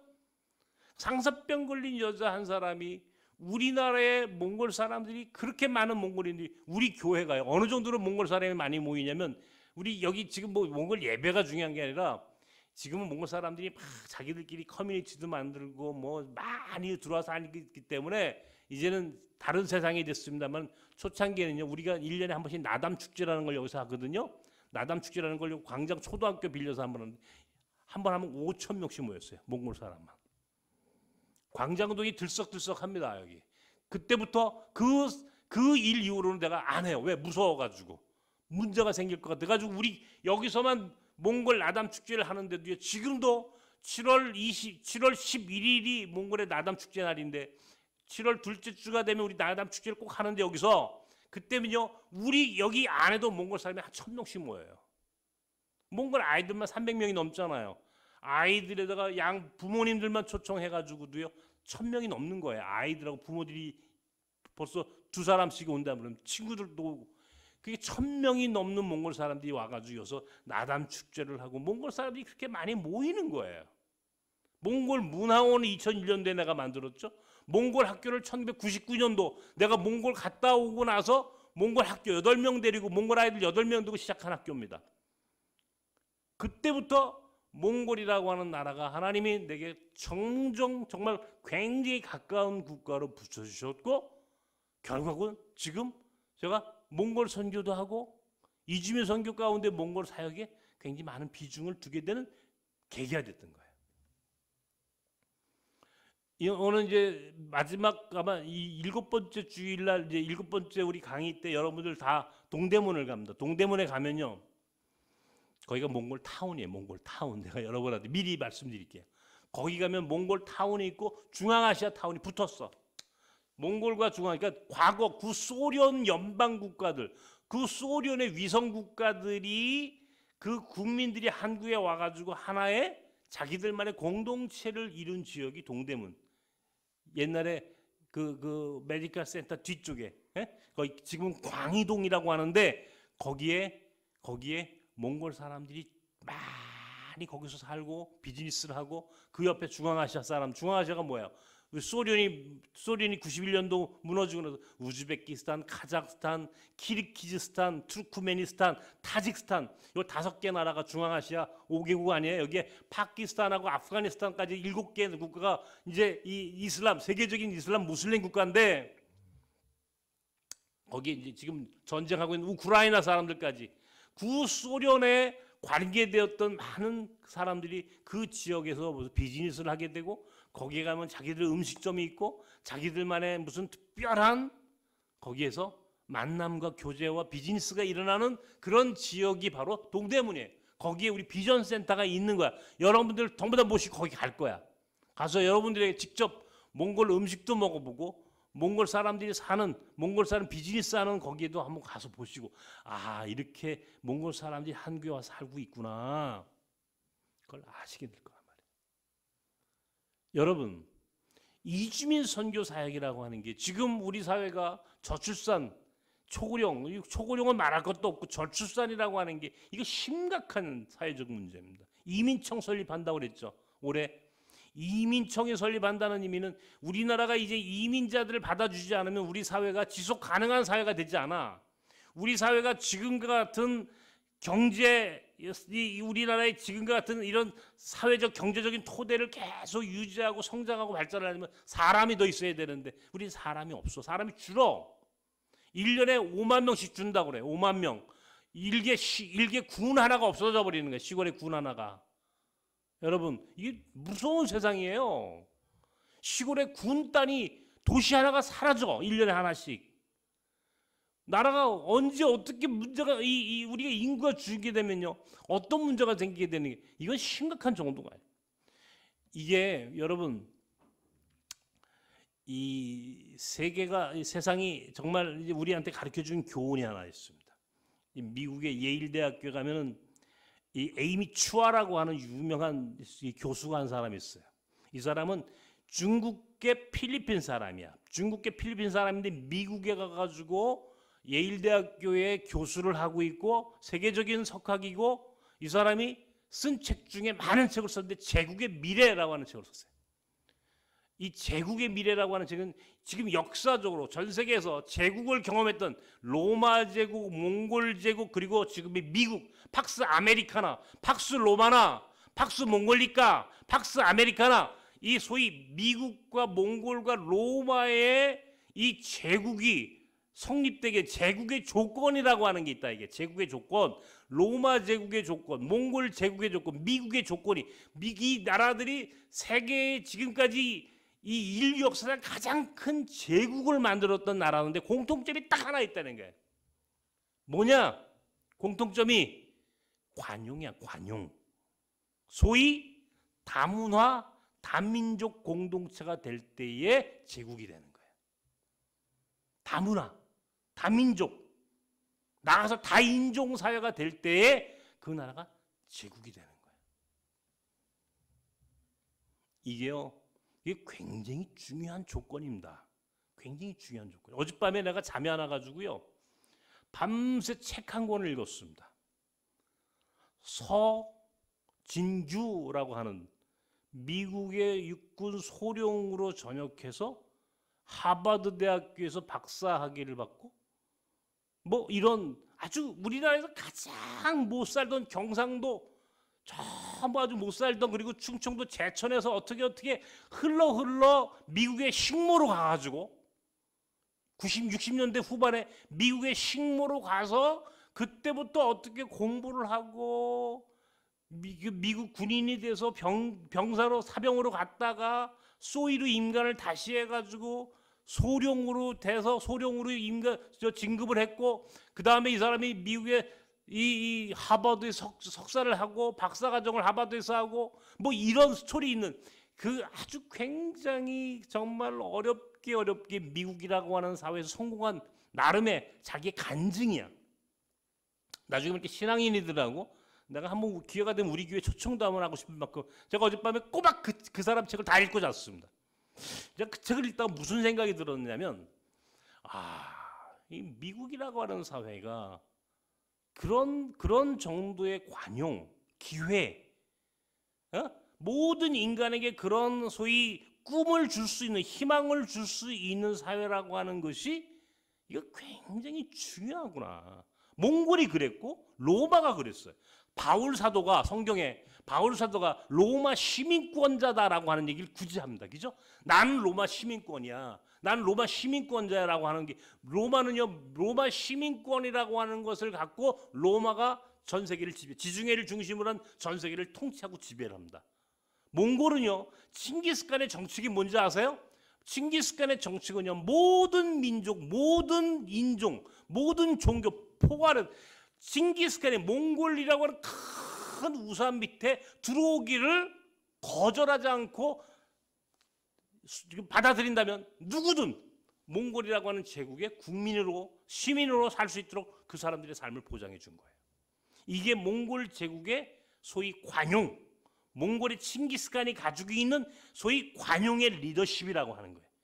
그래서 지금 칭기스칸에 대한 연구를 그렇게 많이 하는 이유가 거기 있어요. 굉장히 중요한 거예요. 로마와 몽골과 미국이라는 세계적인 이 제국의 조건이 관용이에요. 우리 사회가, 여러분, 단일민족 국가라고 하는 게 70년대, 60년대 우리에게 아주 이상한 이데올로기로 작동을 해가지고요. 우리는 마치 단일민족 국가라고 하는 것이 우리한테 큰 자존감이야, 자부심이야. 우리는 단일민족 국가야. 맞습니까? 단일민족 국가? 아니에요. 우리는 단일민족 국가가 아닙니다. 우리 안에는요, 굉장히 많은 이방인들이 있었어요. 굉장히 많은 이방인들. 우리 안에 그들, 역사의 이방인들이라고 하는 역사책을 한번 보십시오. 그 책을 보면요, 와, 우리 안에 이렇게 다양한 사람들이 있었어. 신라 시대 했더니 저 페르시아의 그 많은 무슬림들이, 아랍 상인들을 비롯한 페르시아 사람들이 경주에 와 살았어요. 경주에. 여러분, 경주에 이 무슬림들이 살던 동네가 있었고, 우리나라의 대표적인 설화 처용가라고 하는 그 이야기의 배경이 된 게 바로 무슬림, 예? 이슬람이라고 하는 국가. 또 고려시대 때 충렬왕, 충서랑, 충의왕, 충숙왕, 이 충자 들어가는 왕들이 전부 다 몽골의 원나라에 충성한다는 뜻입니다. 몽골 제국에 충성한다는 뜻이에요. 그 왕들의 왕비는 전부 다 몽골의 공주였다고. 몽골의 공주가 들어오면요, 수많은 몽골인들이 같이 들어왔습니다. 같이 살았어. 그래서 우리 안에 몽골의 문화와 몽골의 언어와 몽골의 굉장히 많은 풍습이 남아져 있는 겁니다. 제주도는요, 몽골 사람이 자그마치 100년 동안 주둔합니다. 제주도 사람들이요, 미안하지만 상당한 분들이 사실은 몽골 피를 갖고 있는 분들입니다. 누가 뭐래도. 뿐만 아니라 여진족, 만주족이 우리나라에 얼마나 많이 들어와 살았습니까? 이 사람들이요, 나중에 조선 후기에 들어와 가지고 이 사람들을 이름하여 백정이라고 부르는 거예요. 백정. 이 사람들은 유목민족이기 때문에 농사를 못 졌어. 이 사람들에게는요, 가축을 키우거나 가축을 도살하거나 가죽 장사를 하는 특별한 직업을 하나 줬는데, 이것을 우리는 백정이라고 하는 직업으로 그 사람들을 가장 천민시했지만, 사실은 이 사람도 우리 안에 있는 이방인들을 부르는 이름이야. 아세요?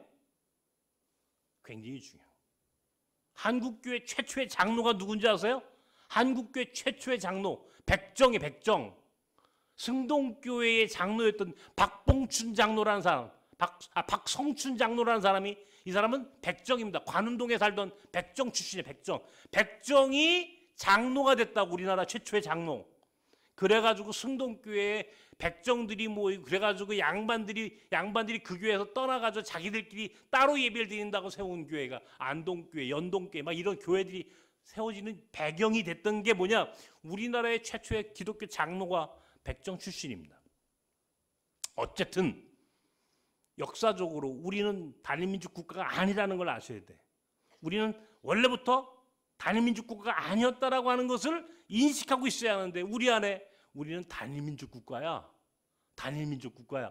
아니야. 그렇지 않았어요. 그런데 우리가 그러다 그런 잘못된 이데올로기, 잘못된 편견과 고정관념이 지금 우리나라에 들어오는 외국인들에 대해서 얼마나 차별합니까? 이거요, 굉장히 위험한 겁니다. 여러분, 미국이라는 나라가, 내가 미국 얘기 자꾸 해서 미안합니다. 미국에 지금 세계적인 기업을 갖고 있는 테슬라 누가 만든 게? 얼란 머스크. 얼란 머스크.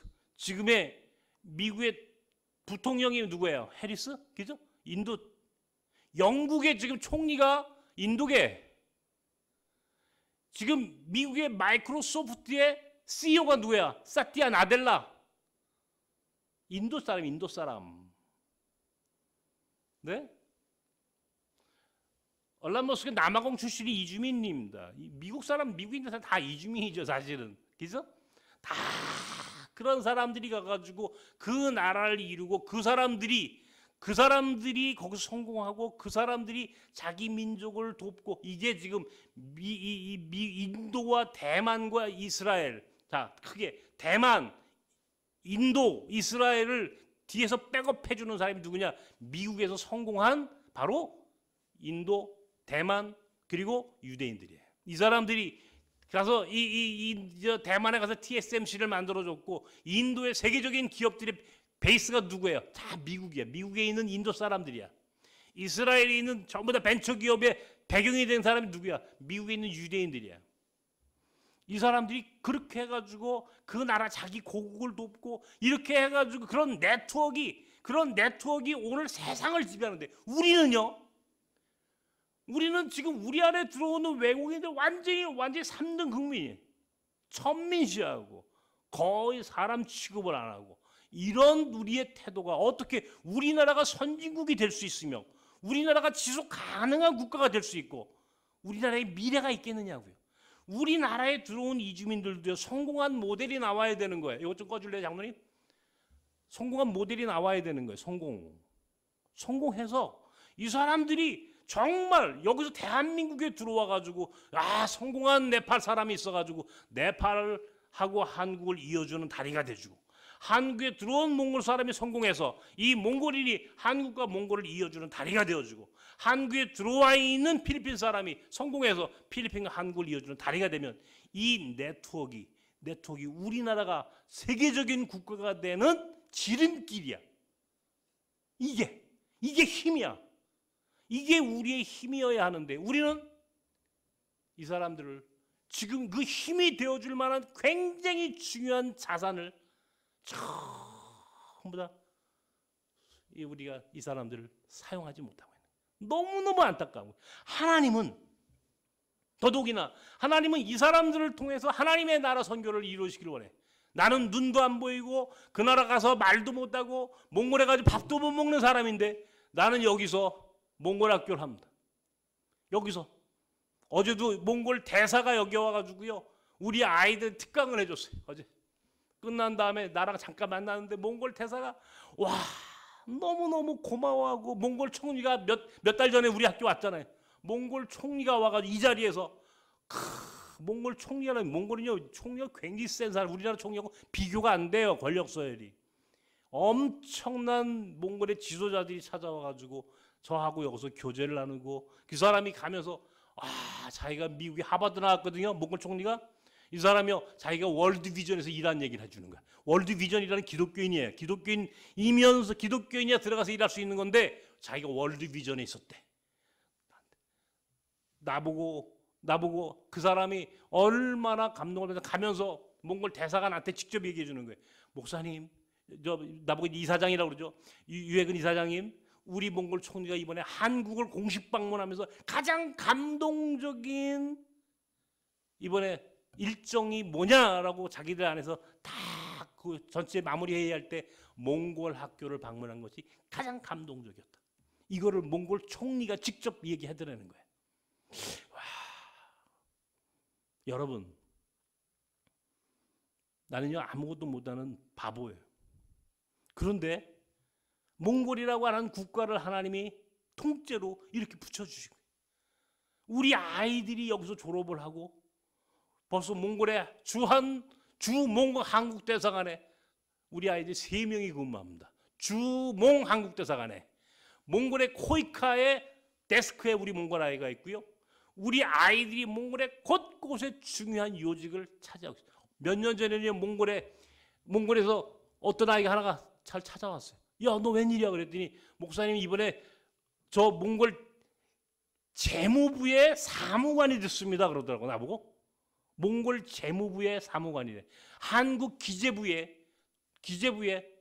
출장이 나온 거야. 이 아이가 몽골 재무부의 사무관이 돼서 한국 우리나라 기재부 기획재정부에 출장을 나와가지고 우리 몽골 학교가 여기 있으니까 우리 학교를 지가 여기 다녔던 우리 학교 출신 아이니까 찾아왔어. 나한테 인사하러 왔더라고. 목사님, 제가요 목사님 몽골 재무부의 사무관이 됐어요. 이번에 몽골 재무부 사무관이 돼서 몽골 한국의 기획재정부에 출장을 나왔다가 목사님 뵈려고 왔어요. 인사하러 왔어요.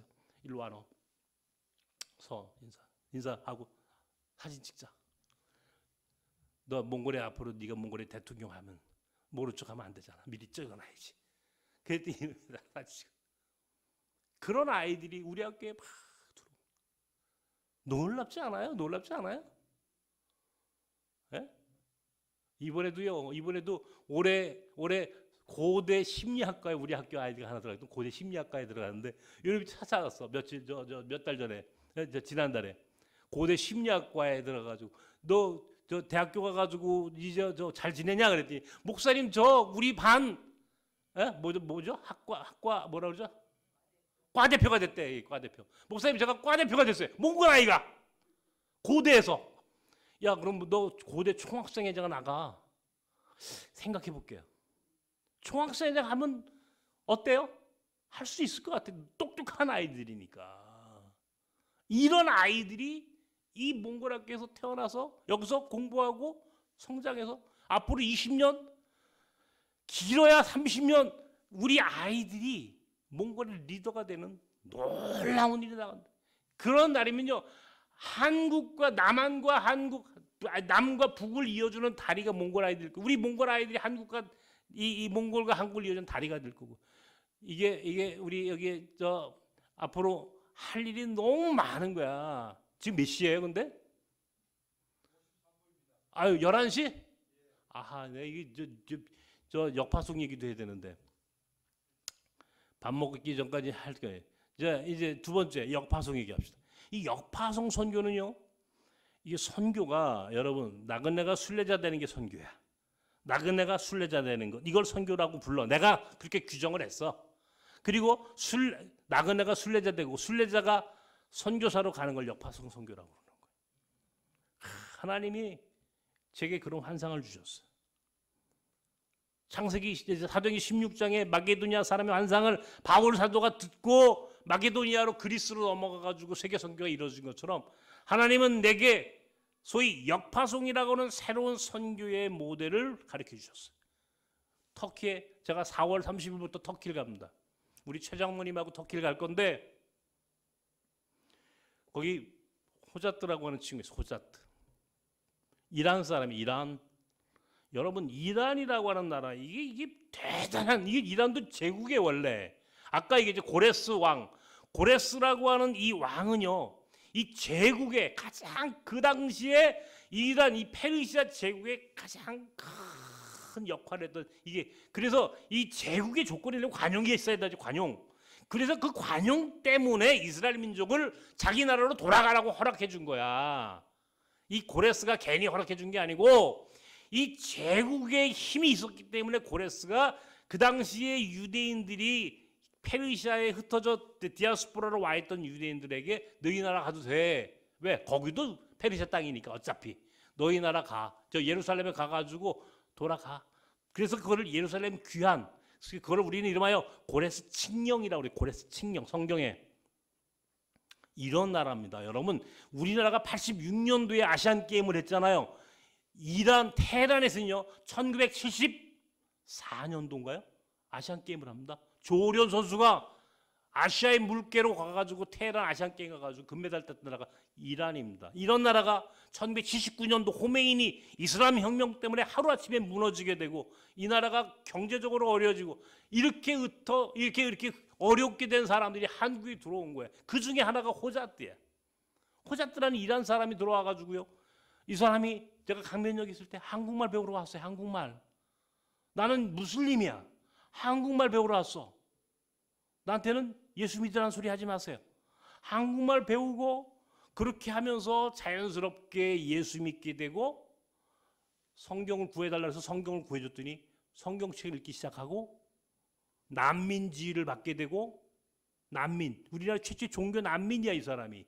그리고 신학 공부를 해가지고 장로의 신학대학교에서 신학 공부를 하고 목사가 돼서 93년도 10월에 목사가 되고 2013년도에 목사가 되고 2014년도에 터키 이스탄불로 우리가 파송을 해서 선교사로. 제가 이 호잣들을 여러분 가만히 생각해.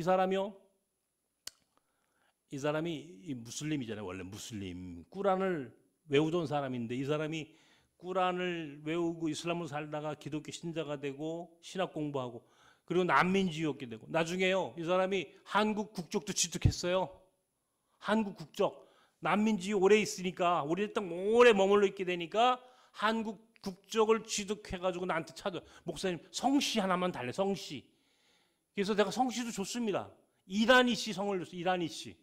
그게 우리나라 이란이 씨가 만들어진 거야 이게. 우리 안에는 성을 만들기. 이 호잣.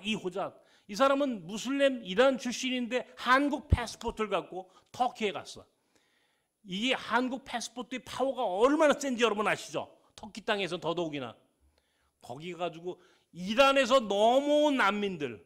이란이라다가 망했다고 그랬잖아요. 그죠? 이란이 망해가지고 이란 사람들이 많이 넘어올 때 200만 명까지 넘어갔어. 터키 땅으로.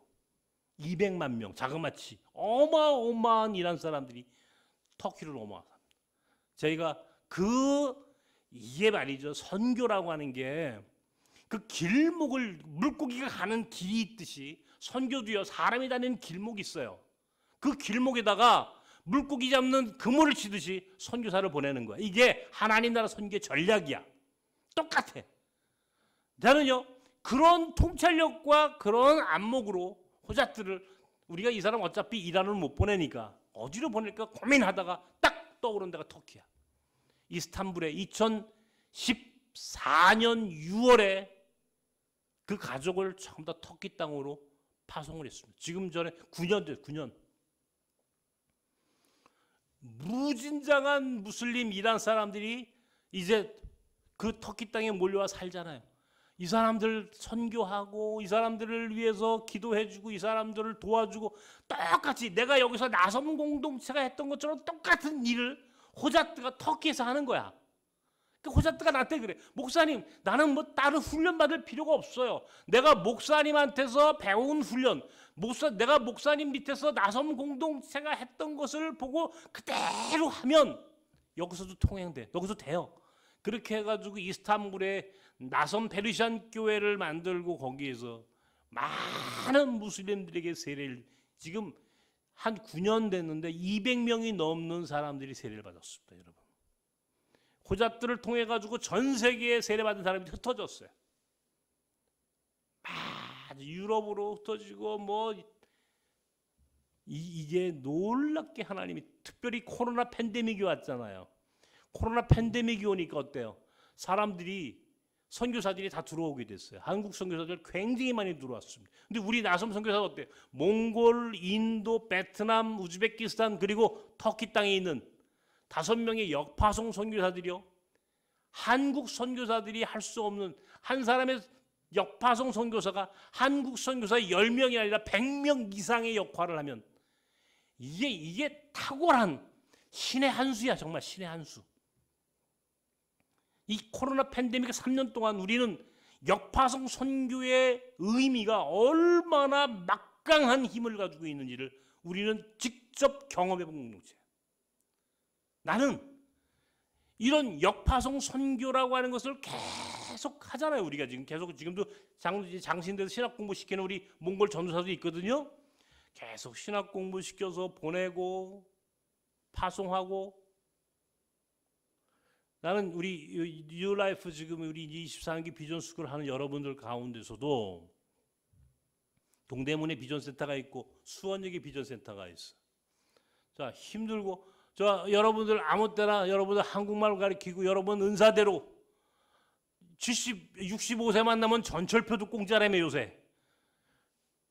가서 얼마든지 한국말도 가르치고 거기 찾아오는 이주민들을 돕고 그 사람들을 적어도 한 친한파로 만들고 우리나라 이 친한 우리나라를 좋아하는 국가 그 국민을 만들고 또 하나님 나라의 시민으로 만드는 선교적 삶을 살고 그러다가 어떤 분들은 건강이 허락하면 여러분들 제가 늘 그래요. 이 은퇴하신 분들한테 물어봐요. 은퇴하신 분들한테 로망이 뭐냐?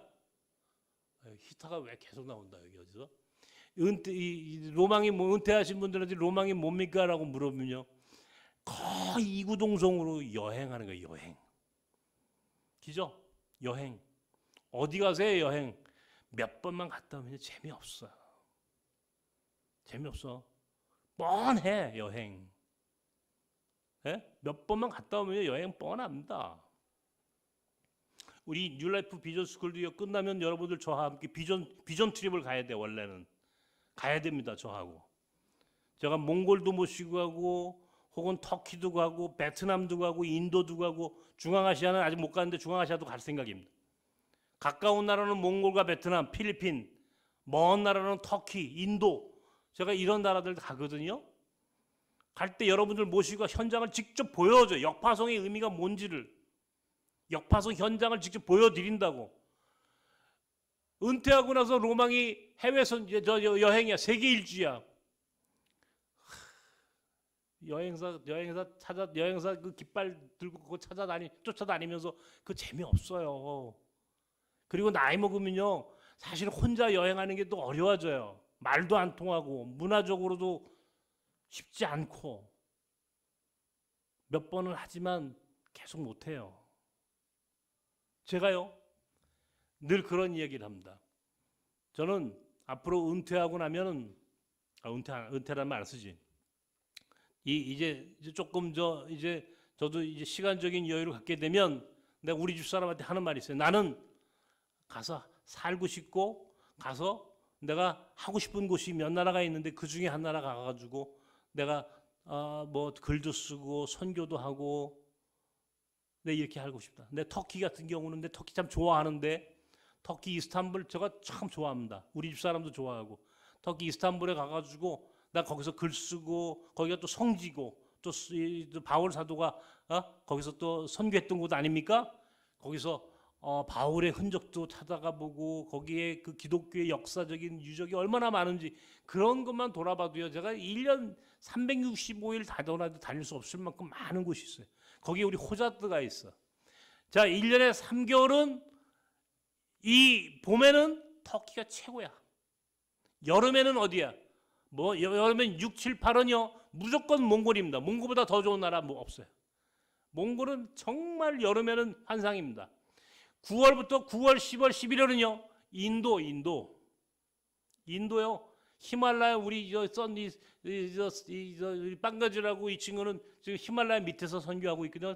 그 저 북쪽에 펀잡 지역에서 거기 히말라야 여러분 히말라야 네팔 쪽에서도 보지만 인도 쪽에서도 가는 히말라야 아주 기가 막힙니다.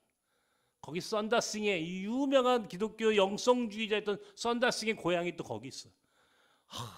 인도 가서 그리고 12월, 1월, 2월은요. 누가 뭐래도 한국의 추위를 피해서 가고 싶은데 베트남입니다. 그죠? 그러면 1년 365일 내가 원하는 여행 그런 여행이 아니야. 선교지에 가서 우리 역파송 선교사가 있는 그 선교지에 가가지고 그 사람들과 함께 하나님 나라 선교하다가 우리가 그곳에 있는 좋은 역사의 문화와 역사의 그런 발자취를 따라가가지고 같이 탐방도 하고 공부도 하고 우리 선교사들 다 거기 있으니까 지금 우리 그렇게 살자고요. 이게 제가 꿈꾸는 바로 미션 하이웨이.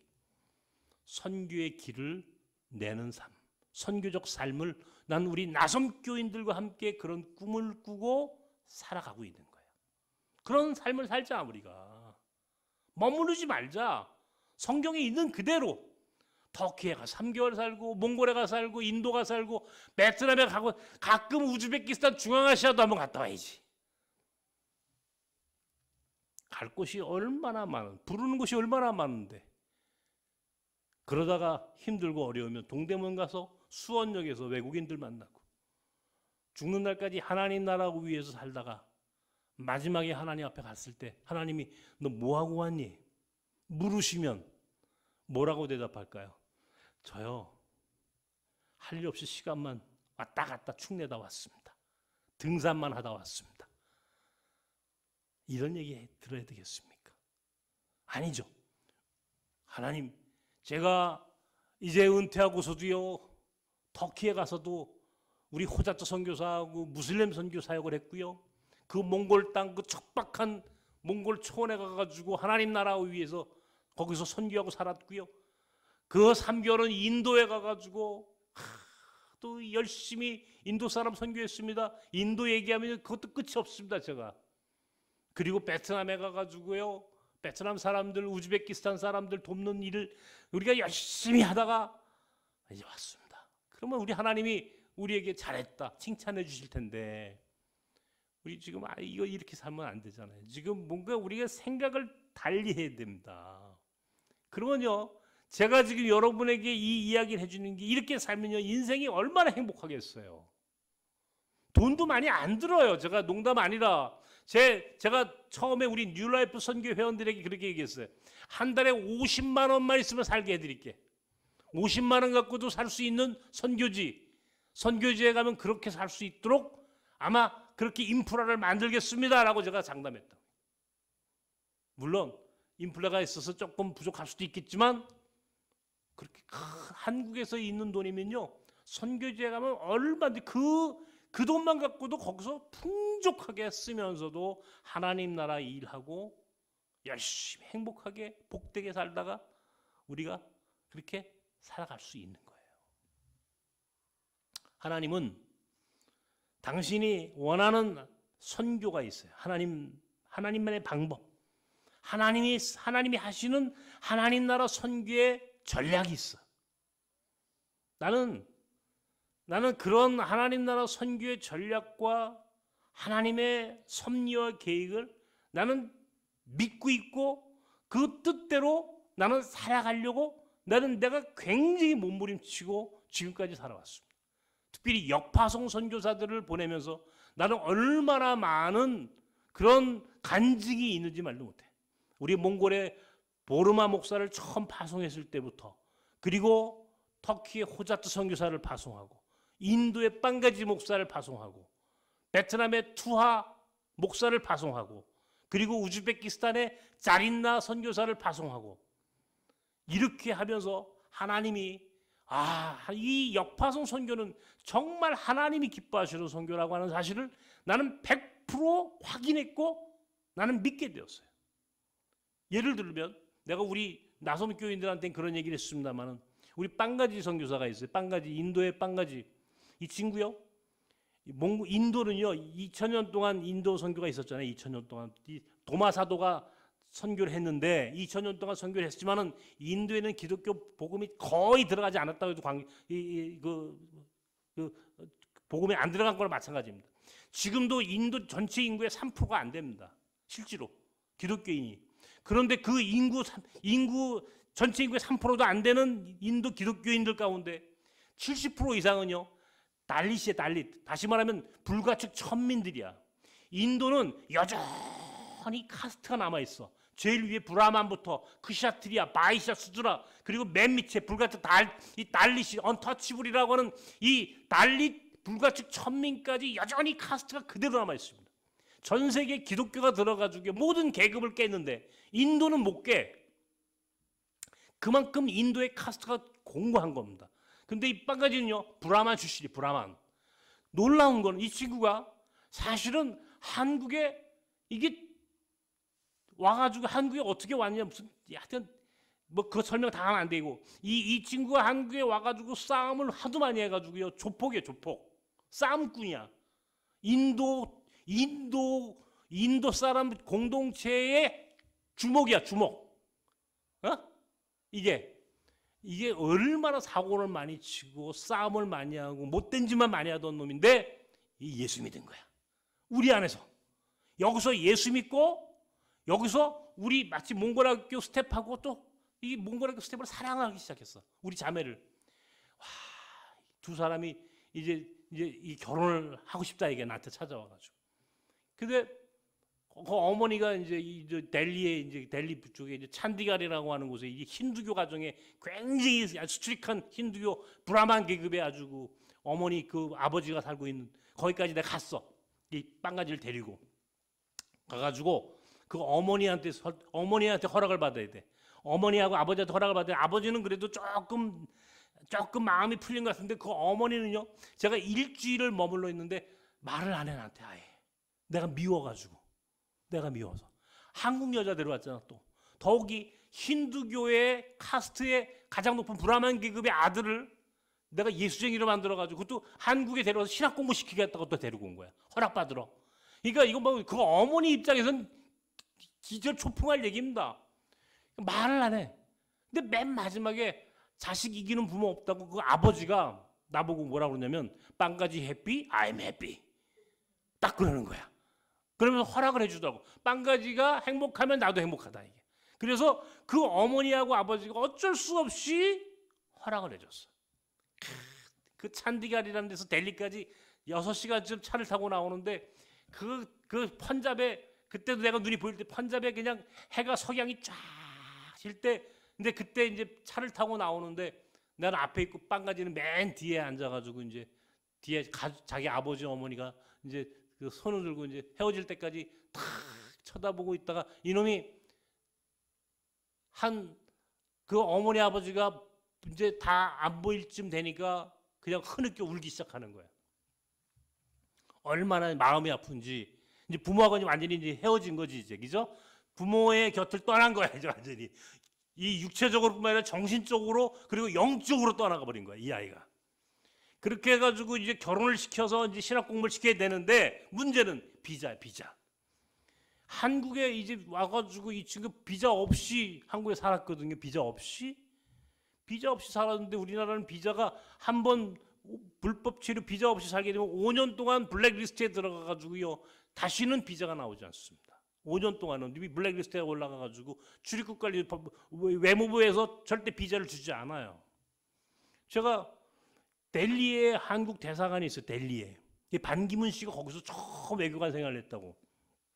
내가 그 스토리를 알아.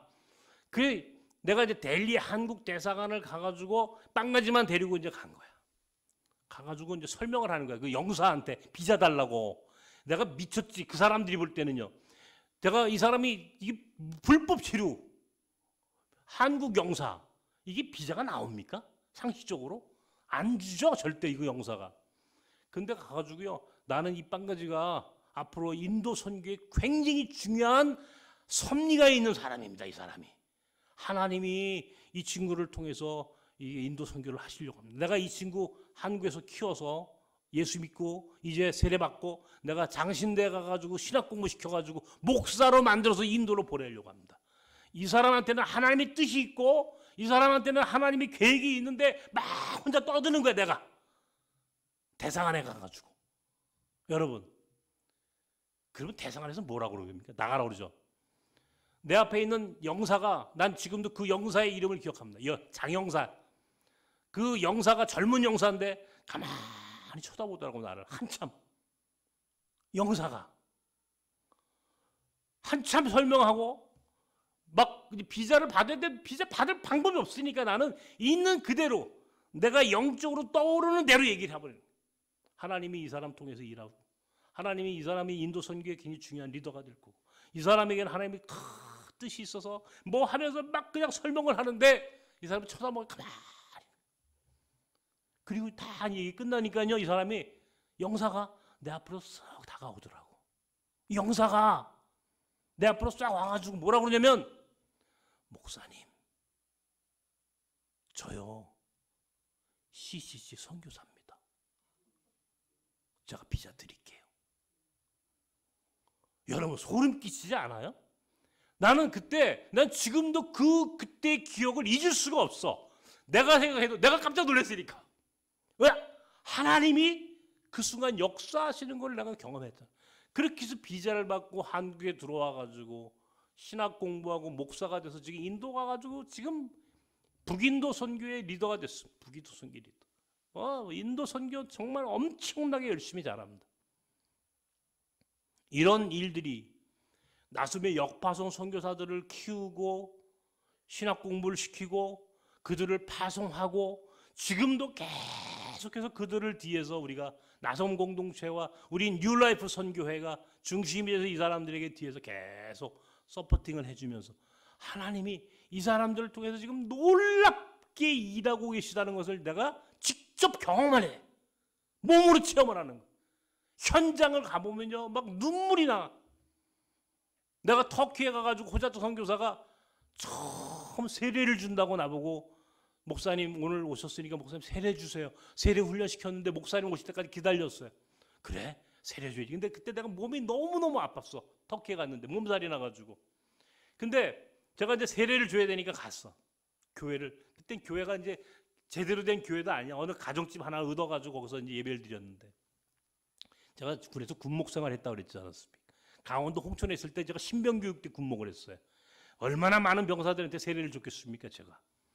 그때는요 그냥 뭐 잘 그런 느낌이 없어. 그 병사들 난 미안하지만 그런데 이란 사람 무슬림 이란 사람이 세례를 받겠다고 다 무릎을 꿇었는데 무릎을 꿇고 손을 얹었는데 여러분 이런 경험이 있어요?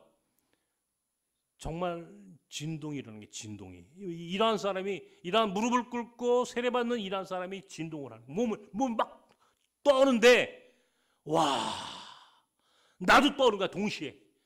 나도 떨고 이 사람 떨고 그냥 이 사람도 펑펑 울고 나도 세례를 주면서 펑펑 같이 울면서 세례를 터키에 가서 우리 호자트 선교사가 준비해 놓은 그 키워서 세례를 주겠다고 나보고 세례 달라고 그렇게 그 세례식을 하는 그 자리에서 내가 그날 내가 몸이 힘들고 아팠는데 그날 그 세례를 주면서 내가 큰 은혜를 정말 하나님의 놀라운 은혜를 내게 그때부터 호자트가 내가 갈 때마다 목사님 세례 주세요. 세례자를 준비해 놓고 기다려.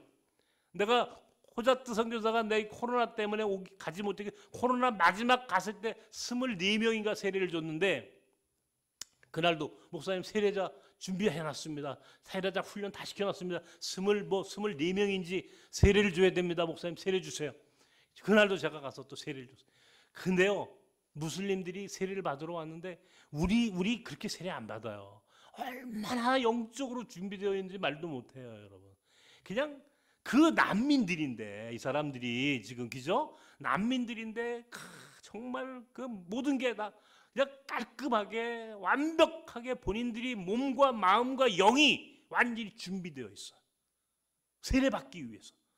오래전부터 준비되어 있는 사람들한테 무릎을 딱 꿇고 그냥 하나님 앞에 그냥 그 세례를 받는데 내가 세례를 주는 내가 은혜가 돼서 막 감당이 안 될 만큼 가슴이 막 그냥 감동이 몰려오는 거야. 그 은혜가 내 안에서 막 충만한 게 이거 설명이 안 돼. 막 눈물이 흘러. 막 땀이 나고 눈물이 그냥 그 눈물이 쭉 흘러. 그 세례를 주고 한 사람씩 손을 잡고 기도해주고 그러면서 나는 이 역파송 선교의 현장 속에서 하나님이 역사하시는 그 역사를 내가 직접 경험하고 나는 여러분들에게 그런 현장에 내가 뉴라이프 회원들과 함께 여러분들과 함께 그런 선교의 현장에서 함께 살고 여러분에게 그런 경험과 그런 은혜와 그런 기쁨과 그런 충만한 하나님의 축복을 여러분에게 함께 나누고 싶은 내 이 간절한 마음이 열정과 내 간절한 마음이 있어 지금. 이거 느끼지 못하십니까? 나는 그래서 이 뉴라이프 선교회에 들어와서 함께 하시는 분들에게 내가 같이 갑시다. 가서 현장에서 그걸 보셔야 합니다. 이렇게 주장하고 이야기하고 여러분을 그 자리로 초청하는 거예요. 우리의 마지막 삶은 선교적 삶이어야 합니다. 지금까지는 나를 위해 살았어.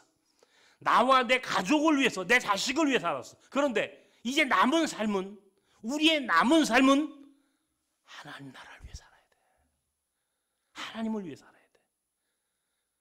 언제 우리가 하나님 나라 위해 살겠어? 이제 마지막 남은 인생은 하나님 나라 위해서 살아가는 것이, 이것이 복이야, 복. 이것이 최고의 복이라고. 그렇지 않겠습니까, 여러분? 최고의 복. 나는 이 복 있는 사람으로 의 뉴라이프 선교회에 참여하고 있는 여러분들을 거기에 초청하고 여러분들과 함께 그 축복된 마지막 남은 우리의 삶, 하나님 나라 위해서 그렇게 살아가는 이 길잡이 역할을, 내가 비록 내 건강이 허락하지 않고 내 비록 눈은 보이지 않지만 내 마음과 내 영이, 난 지금 그것 하나로 충만해 있어요. 그것밖에 없어. 여러분들을 그것으로 인도하고 싶은 거예요. 간절해. 그런데 너무나 안타까워, 한국교회. 너무나 안타깝게 아직도 교회 울타리 안에 머물러 있거나 아직도 가정 안에, 자기의 울타리 안에 그냥 머물러 있어. 나는 너의 본토 친척 아비집을 떠나 내가 내게 지시할 땅으로 가라. 하나님이 아브라함을 그 부르셨던 그 부르심에 대하여 우리가 응답해야 되고 순종해야 되는데, 떠나가라. 너는 가라. 나는 여기 있을게. 여전히 머물러 있는 오늘 우리의 모습이 너무너무 안타까운 거야. 응? 이제 여러분들 결단할 때가 되잖아요. 지금 몇 시입니까 지금? 근데? 이제 끝날 때 됐어요?